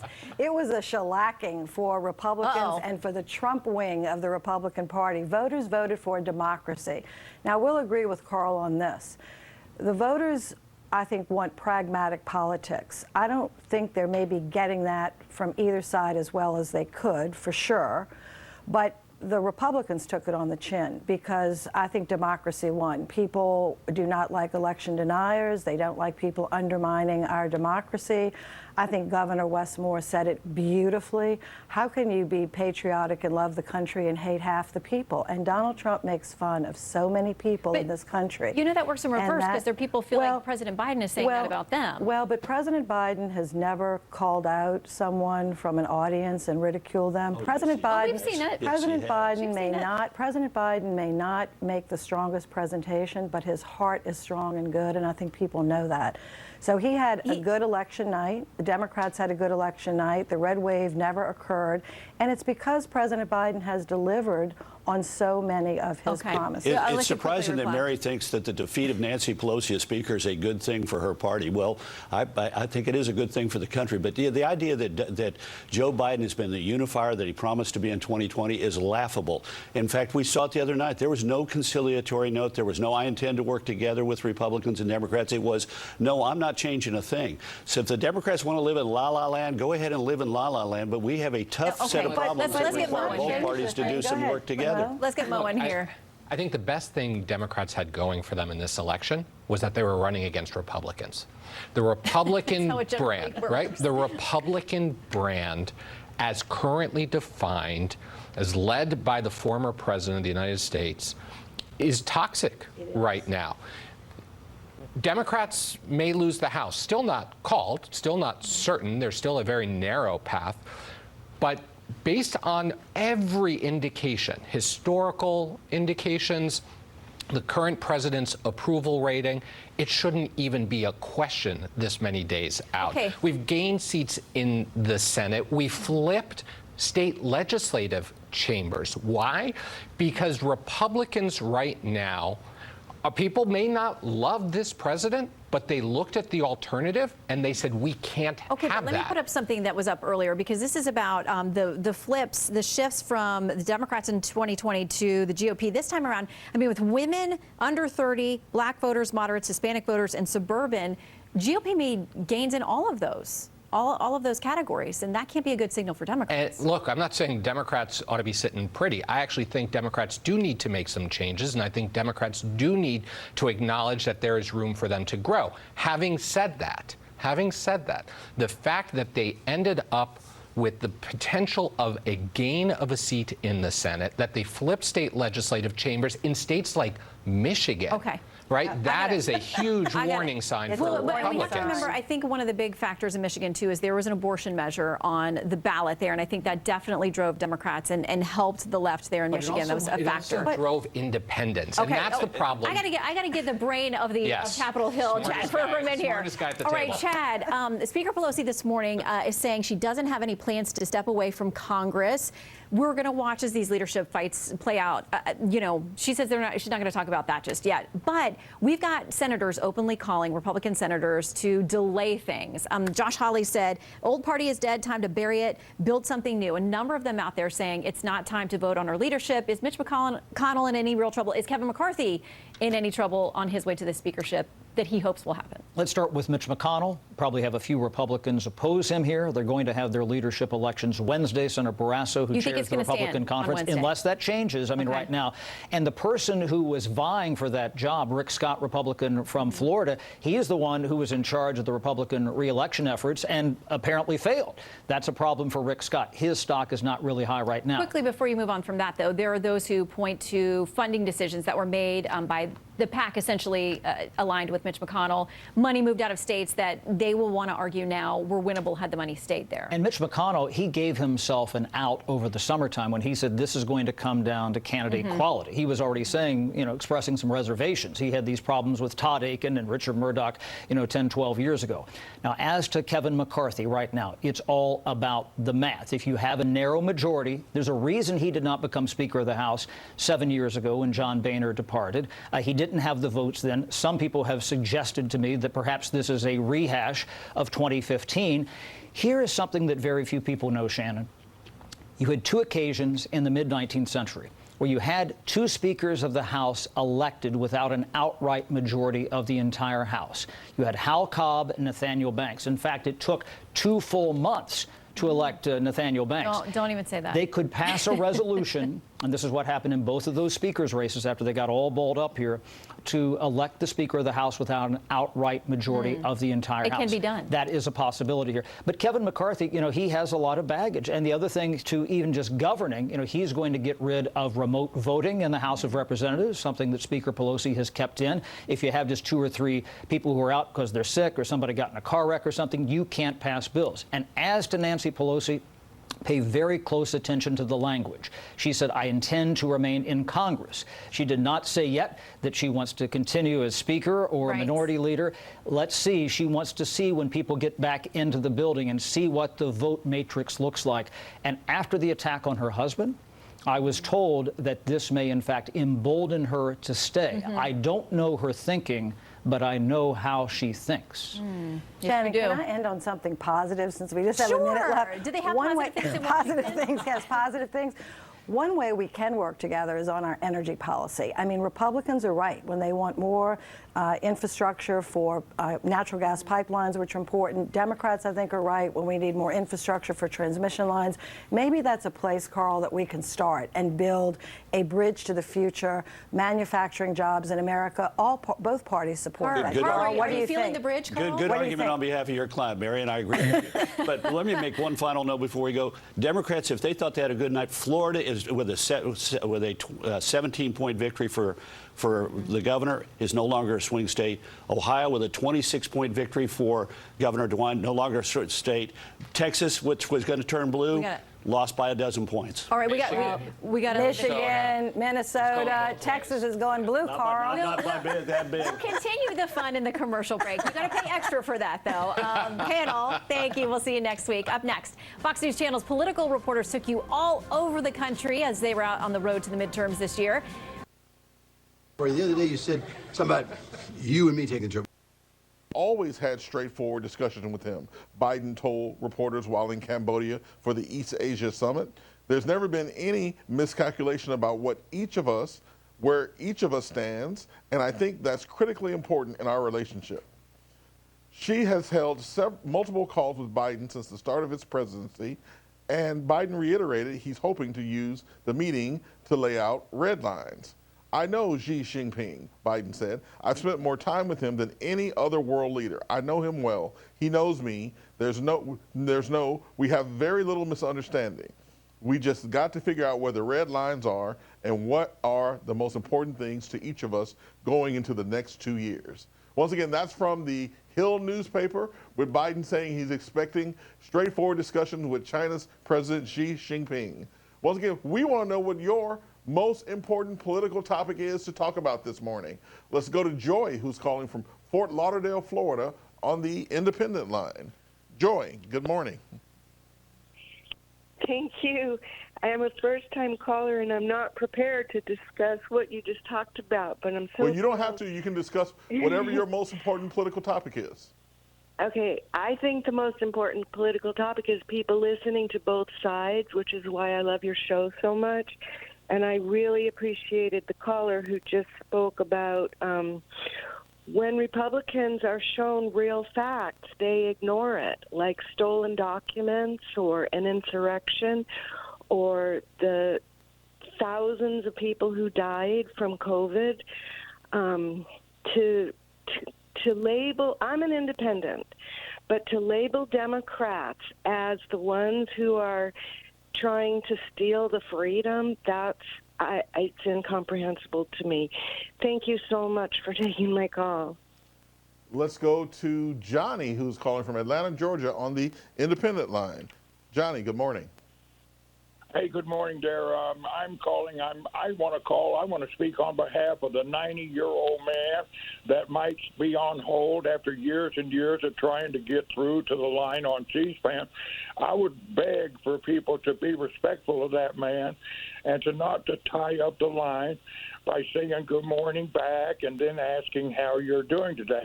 I think if you streamlined your show and whenever you take a call, you say, go ahead, Johnny in Atlanta, go ahead, Betty in Tulsa.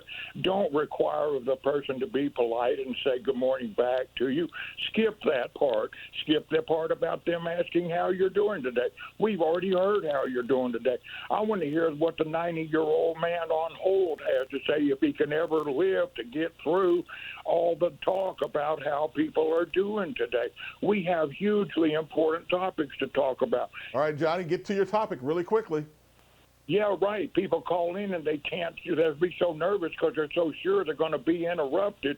I love C-SPAN. I want to hear people saying something important, though. Skip. Let's go to April, who's calling from Rock Island, Illinois, on the Republican line. April, good morning. I can't say good morning. I have anxiety from that last caller.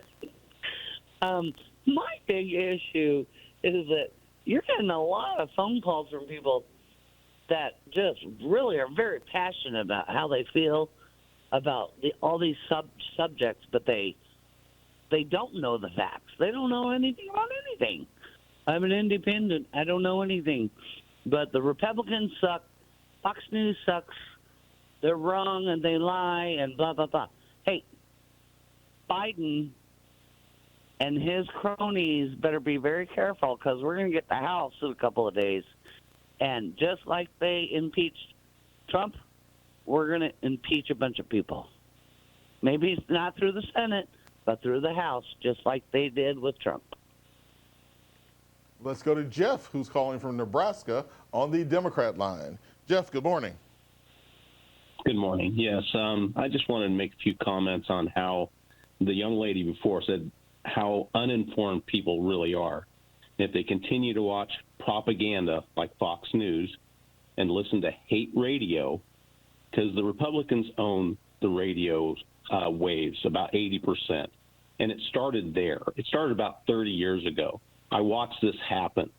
They infiltrated the radio with hate radio and got people like Rush Limbaugh, who they believe emphatically, who lied to them emphatically. And then now they're believing Fox News, who lies to them emphatically. I have a mother-in-law and a father-in-law, love them to death. But good God, quit watching Fox News. They are lying to you. It is propaganda. And I just don't get it. I don't get why they don't spend the time to spend 10 minutes to watch another channel to gain the knowledge or gain some other opinion. More opinions are better than one opinion. Let's go to Greg, who's calling from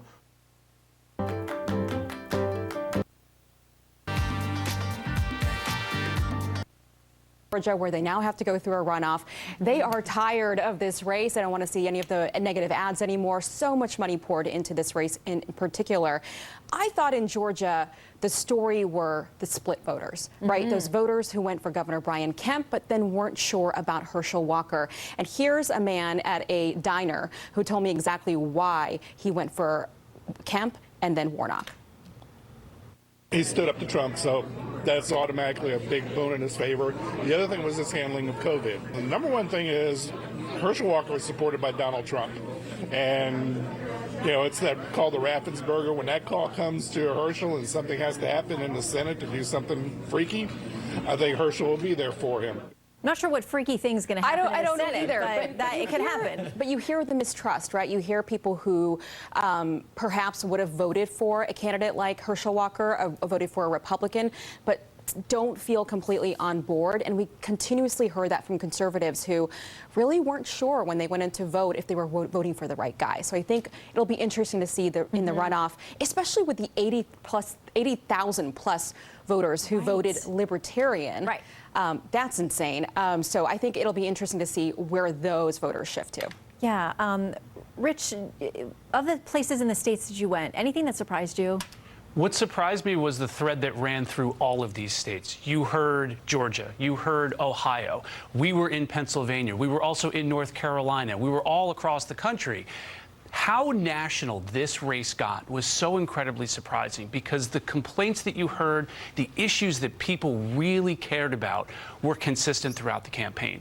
And you got that sense as you began to talk to different people. Now, we spent the last couple of weeks in Pennsylvania, and that, to me, was one of the more unique. Well, all these races were really unique given the candidates that ran. But in this case, you had a situation where we were at an election night party. And typically, I don't like to bring up election night parties because, you know, it's mostly the donors and the campaign staff. It's not really the people who are out voting. But this is a campaign that they ran in Pennsylvania that nobody expected to be called that night. We were all hearing from voters. We're preparing for days. Exactly. In 2020 in Pennsylvania, it took 4 days for Joe Biden to be declared the winner by the Associated Press. So when that moment happened, here is Lieutenant Governor John Fetterman at that moment where he finally declared victory in Pennsylvania, surprisingly so. We jammed them up. We held the line. That was very much the emotion through that. It was surprise, but also so much relief on people's faces that it was finally done. They had done it through, and of course, the other part of this whole race, John Fetterman had a stroke immediately as he won the nomination here. So a lot of different issues at play there, and just that feeling of relief that they'd called it that evening. Yeah, because the Secretary of State had warned all of us there. Yeah. It's going to take days. Instead, it was out west, Arizona and Nevada, that caused us to wait. Alex, you had one of my favorite pieces of the entire midterm series out in Virginia at the diner with real people, and I loved those conversations because they felt reflective of our real lives. Yeah, and I think it was a really beautiful thing. So we went to this place called Jane's Lunch in Berryville, Virginia, and it was a place where you had a group of people every week. They would show up to dine together. Some of these people would show up every day, but it was a politically diverse group. It was an older group. They were probably majority conservative, but there were Democrats involved and a lot of different perspectives. And it was kind of a piece about political civility that you can get on social media in many ways like you would road rage, and you have a barrier and you can be angry at people, but when you have to see people in person, a lot of civility comes out. So they got along every week, and we spoke with one man, his name's C.B. Chappell, and his wife was a Democrat and he is a Republican. When I asked him about how this might have changed their dynamic, whether they ever tried to change each other's minds, this is what he told me. No, neither one of us really changed. I mean, we were what we were. Thinking back on it, I was blessed. Yeah, so his wife has passed, and it just illustrated that once we get beyond these elections, these conversations will still be had. These bubbles that people may think that they live in real life, they probably don't, and you have to get along with each other. And, speaking of Nevada, I think one of the most surprising things we saw there is that people really didn't respond very differently when we asked them what their biggest, issues were. And it took a couple days to decide this because of the proliferation of the mail-in voting there.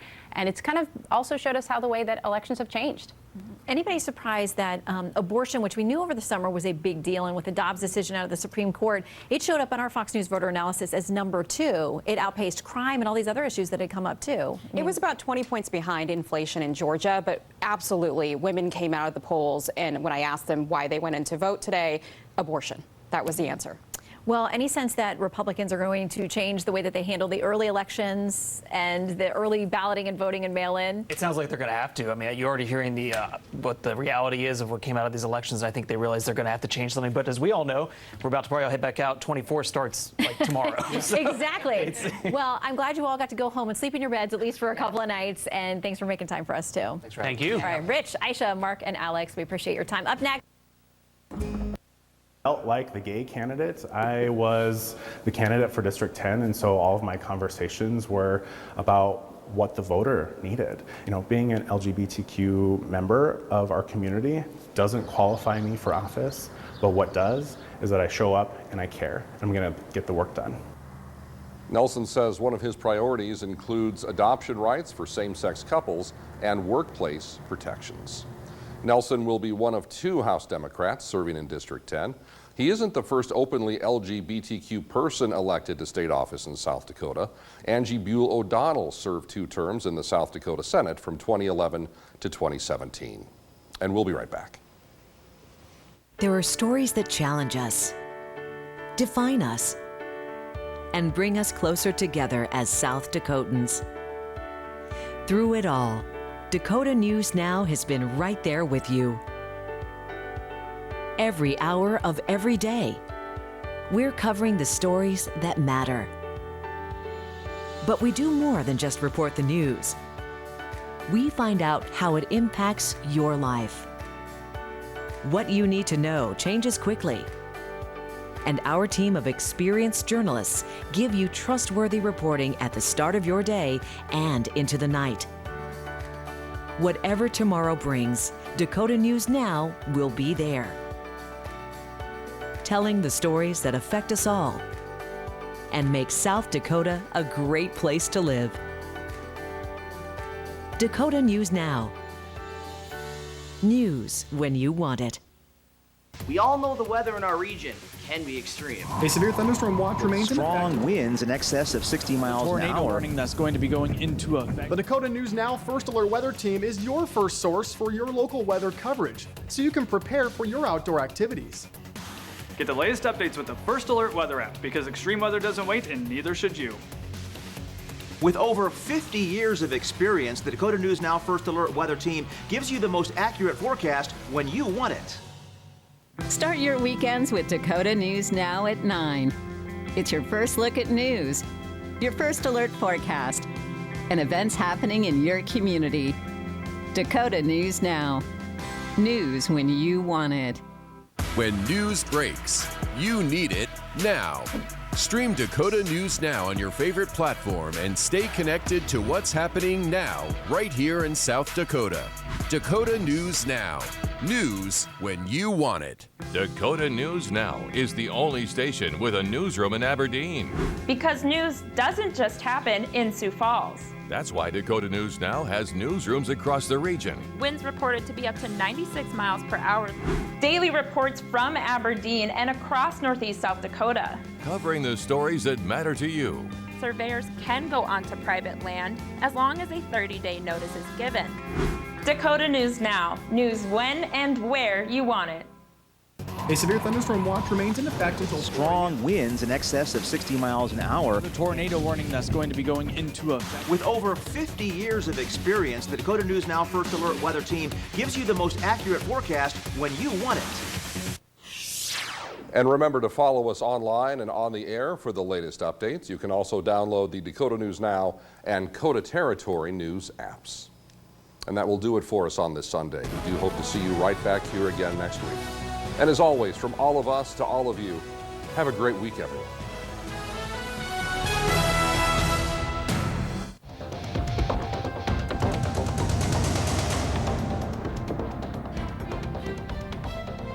Speak with George Stephanopoulos starts right now. Breaking news, Democrats keep the Senate.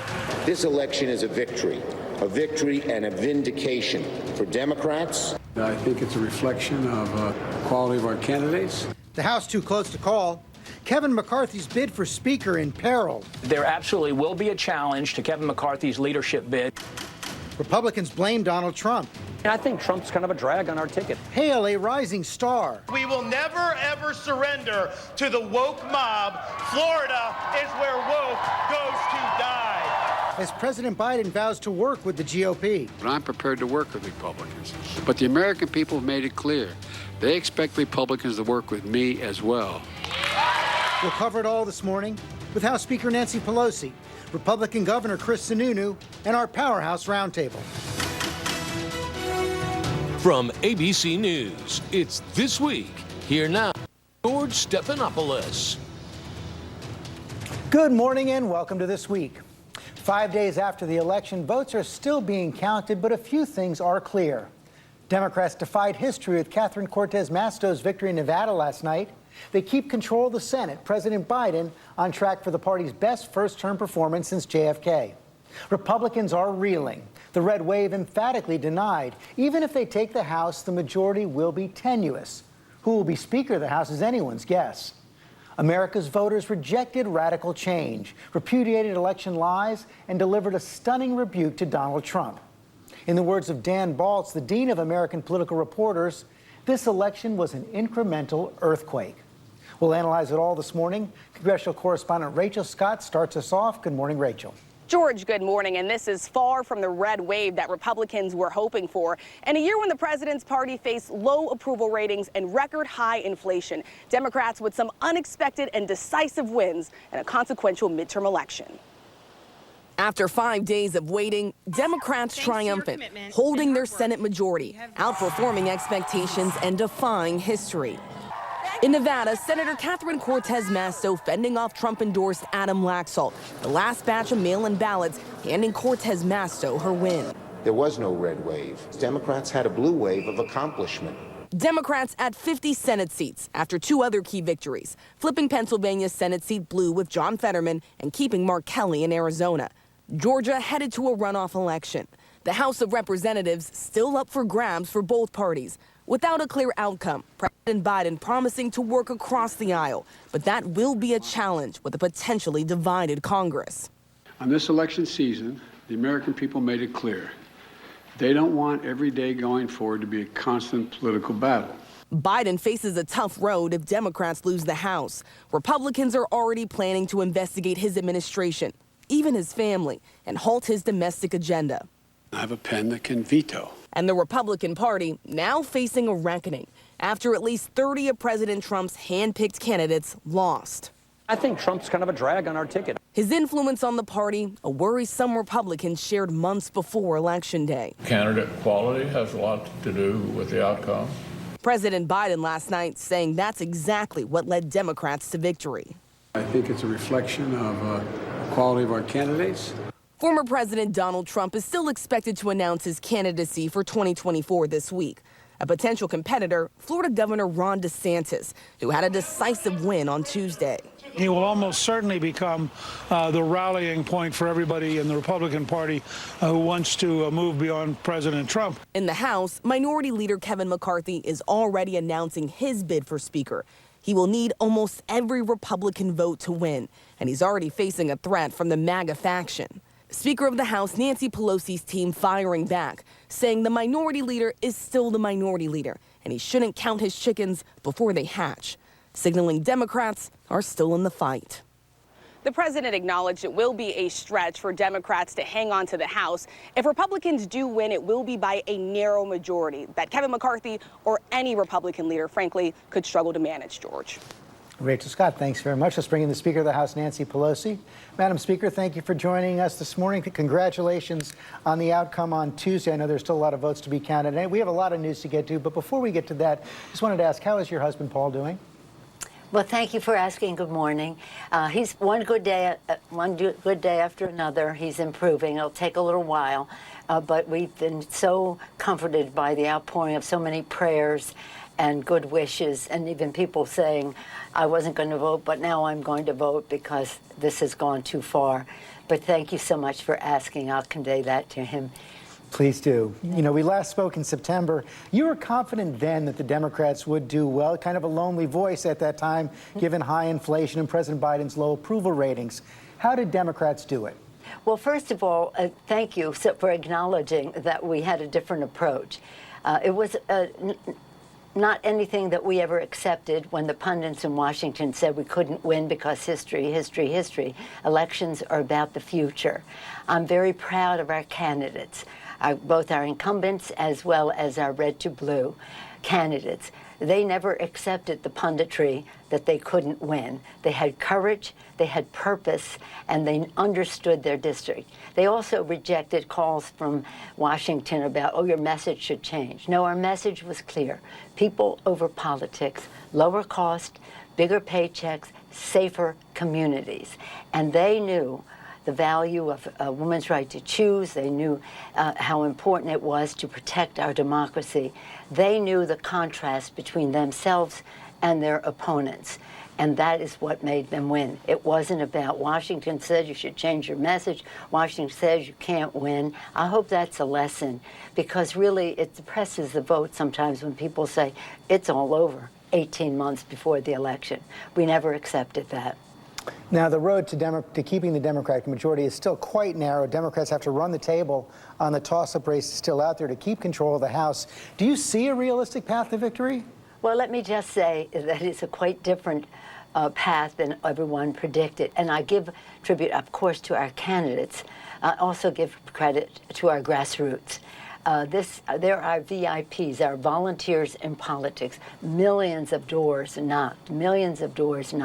So they crossed a threshold. They leapfrogged over all the predictions and the rest. Whatever the outcome, we're on the path to taking our country to a better place than was being dragged down by the other side. So we'll see. I'm disappointed what happened in New York. That 4 votes could make the difference at the end of the day, but we haven't given up, and we haven't given up because of the quality of our candidates, the purpose of our why this is important. And President Biden did a great job presenting about our democracy being on the ballot. President Obama making sure people understood it was important for them to vote, even though there were those who were saying it's all over 18 months ago. So it took a great deal to get to where we are, and we'll just see. I said before, and you've heard me say when I walk in the park, it's like the Olympics. In a half a second, you can be gold, silver, bronze, or honored to be an Olympian.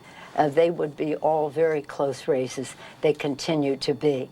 But again, we're very proud of the outcome, and we're very proud because it was a victory for the people, not the punditry, but for the people, as well as the success in Nevada is a personal joy for so many because of Harry Reid, but politically so important for the country.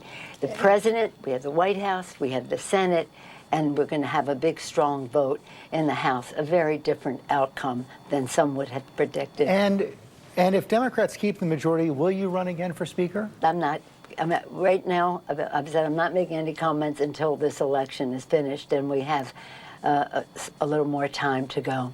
I wish it would be faster, but it isn't. It's going to take some time to count those votes in California, I know. How about on the other side, your Republican counterpart, Kevin McCarthy?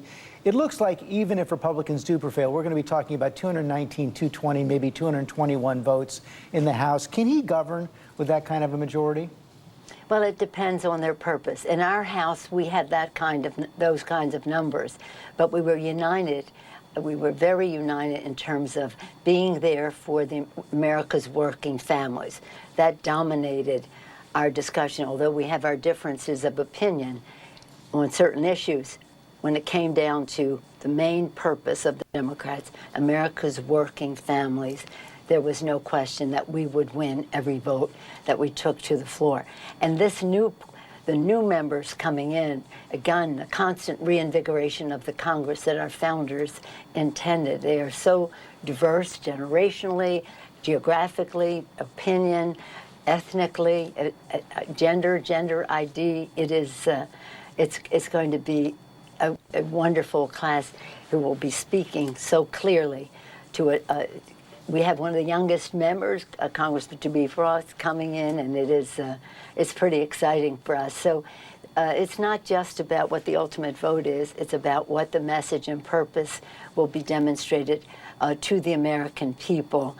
And again, it's about our democracy. Our democracy was on the ballot. Our planet was on the ballot. Personal freedom was on the ballot. These three issues, very important to young voters, and they were very important in our success in this election. Whatever the at places like Watertown down to Sioux Falls, could see some flurries tonight and throughout the day tomorrow. Then tomorrow night into to spread or continue. And of course, they have influence certainly over North Korea. And they could help restrain this war if they wanted to. I assume that's going to be one of the main topics of discussion at this summit, is whether the Chinese will agree to put pressure on the Russians to restrict their trade, to persuade them to stop fighting because of the instability that this war is creating in Europe and around the world. Yeah, Ian, on the economic front, it does appear that the U.S. is making a significant attempt to decouple itself from China, which would have been shocking to hear that headline just 15 years ago, yet here we are. That having been said, other countries, particularly Germany, is not quite there yet. Their chancellor was just in China. That is their largest trading partner. And though there's more pressure on Germany to diversify its investments, they've doubled down on some of their deals just during this visit alone. Can the U.S. successfully decouple from China if Germany, Europe's largest economy, is not on board?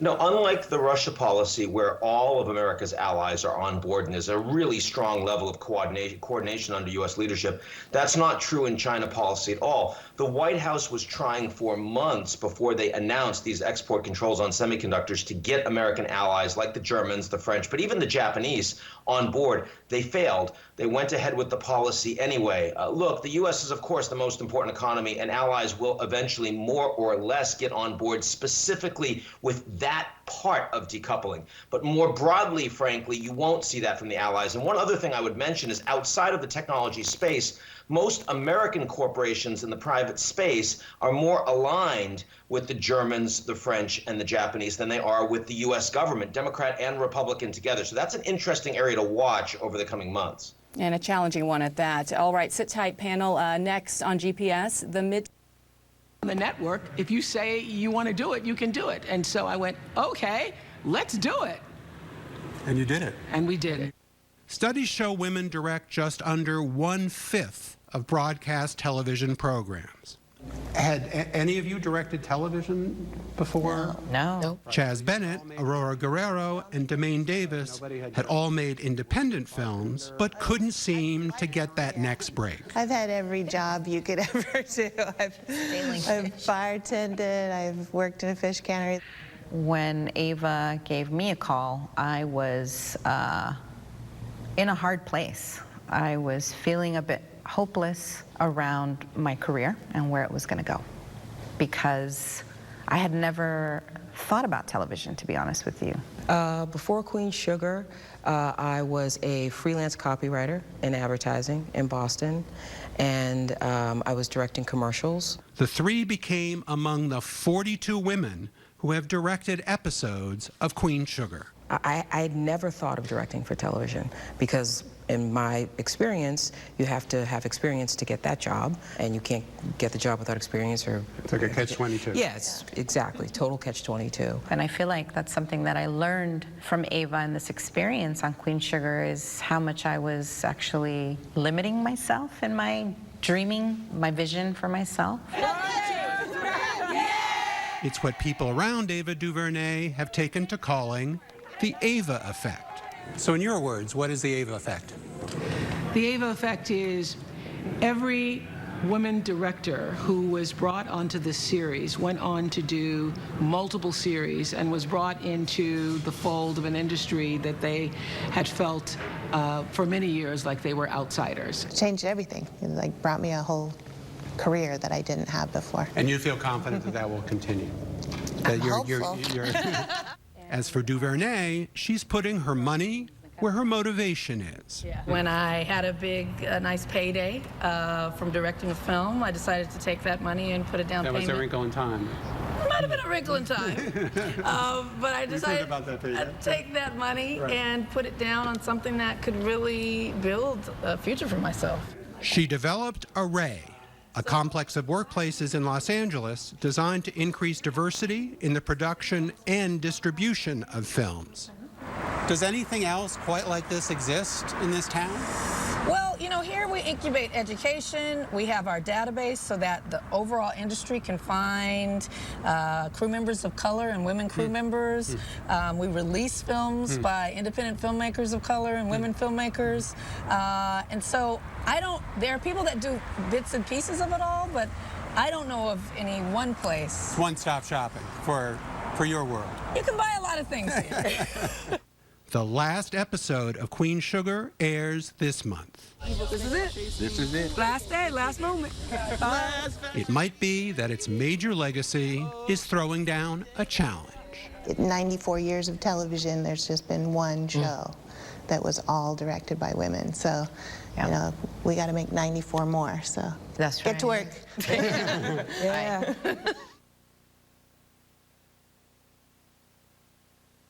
Devil's Breath, tonight at 10 on MSNBC. Been talking a bit, and we want to understand more where the strength and weakness is within the GOP. Why wasn't there more efforts around the border, around crime? You had your commitment to America, and yet it appears that, you know, some of the things like the border and Mayra Flores, how did she lose? Well, I think, let me say something. I think when it comes to messaging about border issues or crime, I think we actually did a good job with that. My issue is that we didn't come out with a clear agenda around abortion, what it means. Let me be very clear. In states like Arizona and Nevada, what some of the races happening in California and Washington, the Democrats were lying to voters. They're running around saying Republicans have a nationwide ban ready to go. But if you read the Dobbs decision, the federal government has no role in abortion anymore. It is now a state's issue. The Democrats know this. They were lying to voters. The problem is we did not have a message. We did not have a strategy on how to combat that. We essentially ignored that issue, and that, in my opinion, is what hurt us in these elections. That's too bad. Congressman, it's good to see you this morning. We'll be following your leadership for sure. Thanks very much. Byron Donalds joining us this morning in Florida. Thank you, sir. All right, quick break, and then Senator Mitch McConnell held the purse strings throughout the campaign season, and he blocked many Trump candidates. Now he's campaigning to keep his post as GOP leader. Should he, or is he vulnerable? Florida Senator Rick Scott is here. He's chairman of the National Republican Senatorial Committee, and he will join us on whether he's vying for the top job. That's next.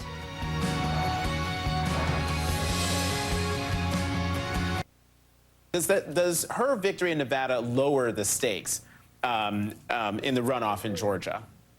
No, not at all. The stakes are still high, particularly for the people in the state of Georgia. The people in the state of Georgia are not going to have, once again, a very clear choice as to who do they want to represent them in the United States Senate, who has the qualifications, who has the character to represent the people of the state of Georgia. And I think folks agree there's a very wide gulf and contrast between the two candidates. We've got Herschel Walker that even Republicans say is a deeply flawed candidate. And I don't think the people of Georgia want to have a deeply flawed candidate representing them in the United States Senate. So a lot is at stake. We are going to aggressively work with Senator Warnock to make sure that he comes back and is reelected. And I believe the people of Georgia will also make sure that their voice is heard very loud and clear during this upcoming runoff. So on Tuesday, former President Donald Trump is set to make an announcement. The expectation is he is announcing a run for president in 2024. As the chairman of the Democratic Senatorial Campaign Committee, do you welcome his entry into the presidential race before the Georgia runoff? And do you think that that will have any impact on Senator Warnock's chances? Well, certainly, I don't ever welcome former President Trump running again. I think he's terrible for the country. I think the American people have spoken very loudly as well that it's time to move on from him. He did a horrible job as president and has divided this country. And as a country, we need to come together and be united. And that's why I think this race in Georgia is so important. Certainly in Raphael Warnock, we have someone who is about uniting people, about coming together. He talks about the work that he's done in the Senate with Republicans in our caucus to get meaningful things done for the people of Georgia, from the port facilities to the military facilities there to helping everyday folks deal with the cost of rising prescription drugs. He has made meaningful accomplishments in that area, of capping, for example, the insulin cost for seniors. Raphael Warnock was a principal leader in the caucus. Folks in Georgia want to make sure that they are returning someone who has a proven track record of not only leading, but bringing people together to get things done, which is why we have to win. We have to keep doing what we have been doing to get to this point. We have to have an aggressive ground game, which is critically important. That's what we do at the DSCC. In fact, for the first time, we invested more in ground operations in this election than we did in our independent expenditures, which is our TV and media. We were completely focused on that. We need the resources to do that. That's why our defendthesenate.org website is so important for folks to help us get the ground game. If you go to defendthesenate.org, it helps us have the ground game, which is even more important in a runoff election where you normally see a drop-off of votes. We're going to have to be very aggressive. But Senator Warnock clearly is the superior candidate. Now it's our job is to make sure that voters get to the polls and make their voice heard. We have less than a minute left, but I have to ask you about this since you are the chair of the Senate Homeland Security Committee. How relieved are you that the midterm elections went off without a hitch or the violence we all feared would happen? Well, we're very relieved at that. Certainly there were concerns, and it was expressed by the Department of Homeland Security as well. And I think this is an appropriate time to just make sure that we recognize those election workers who volunteered their time to get out there and work the polls to make sure that this American democracy can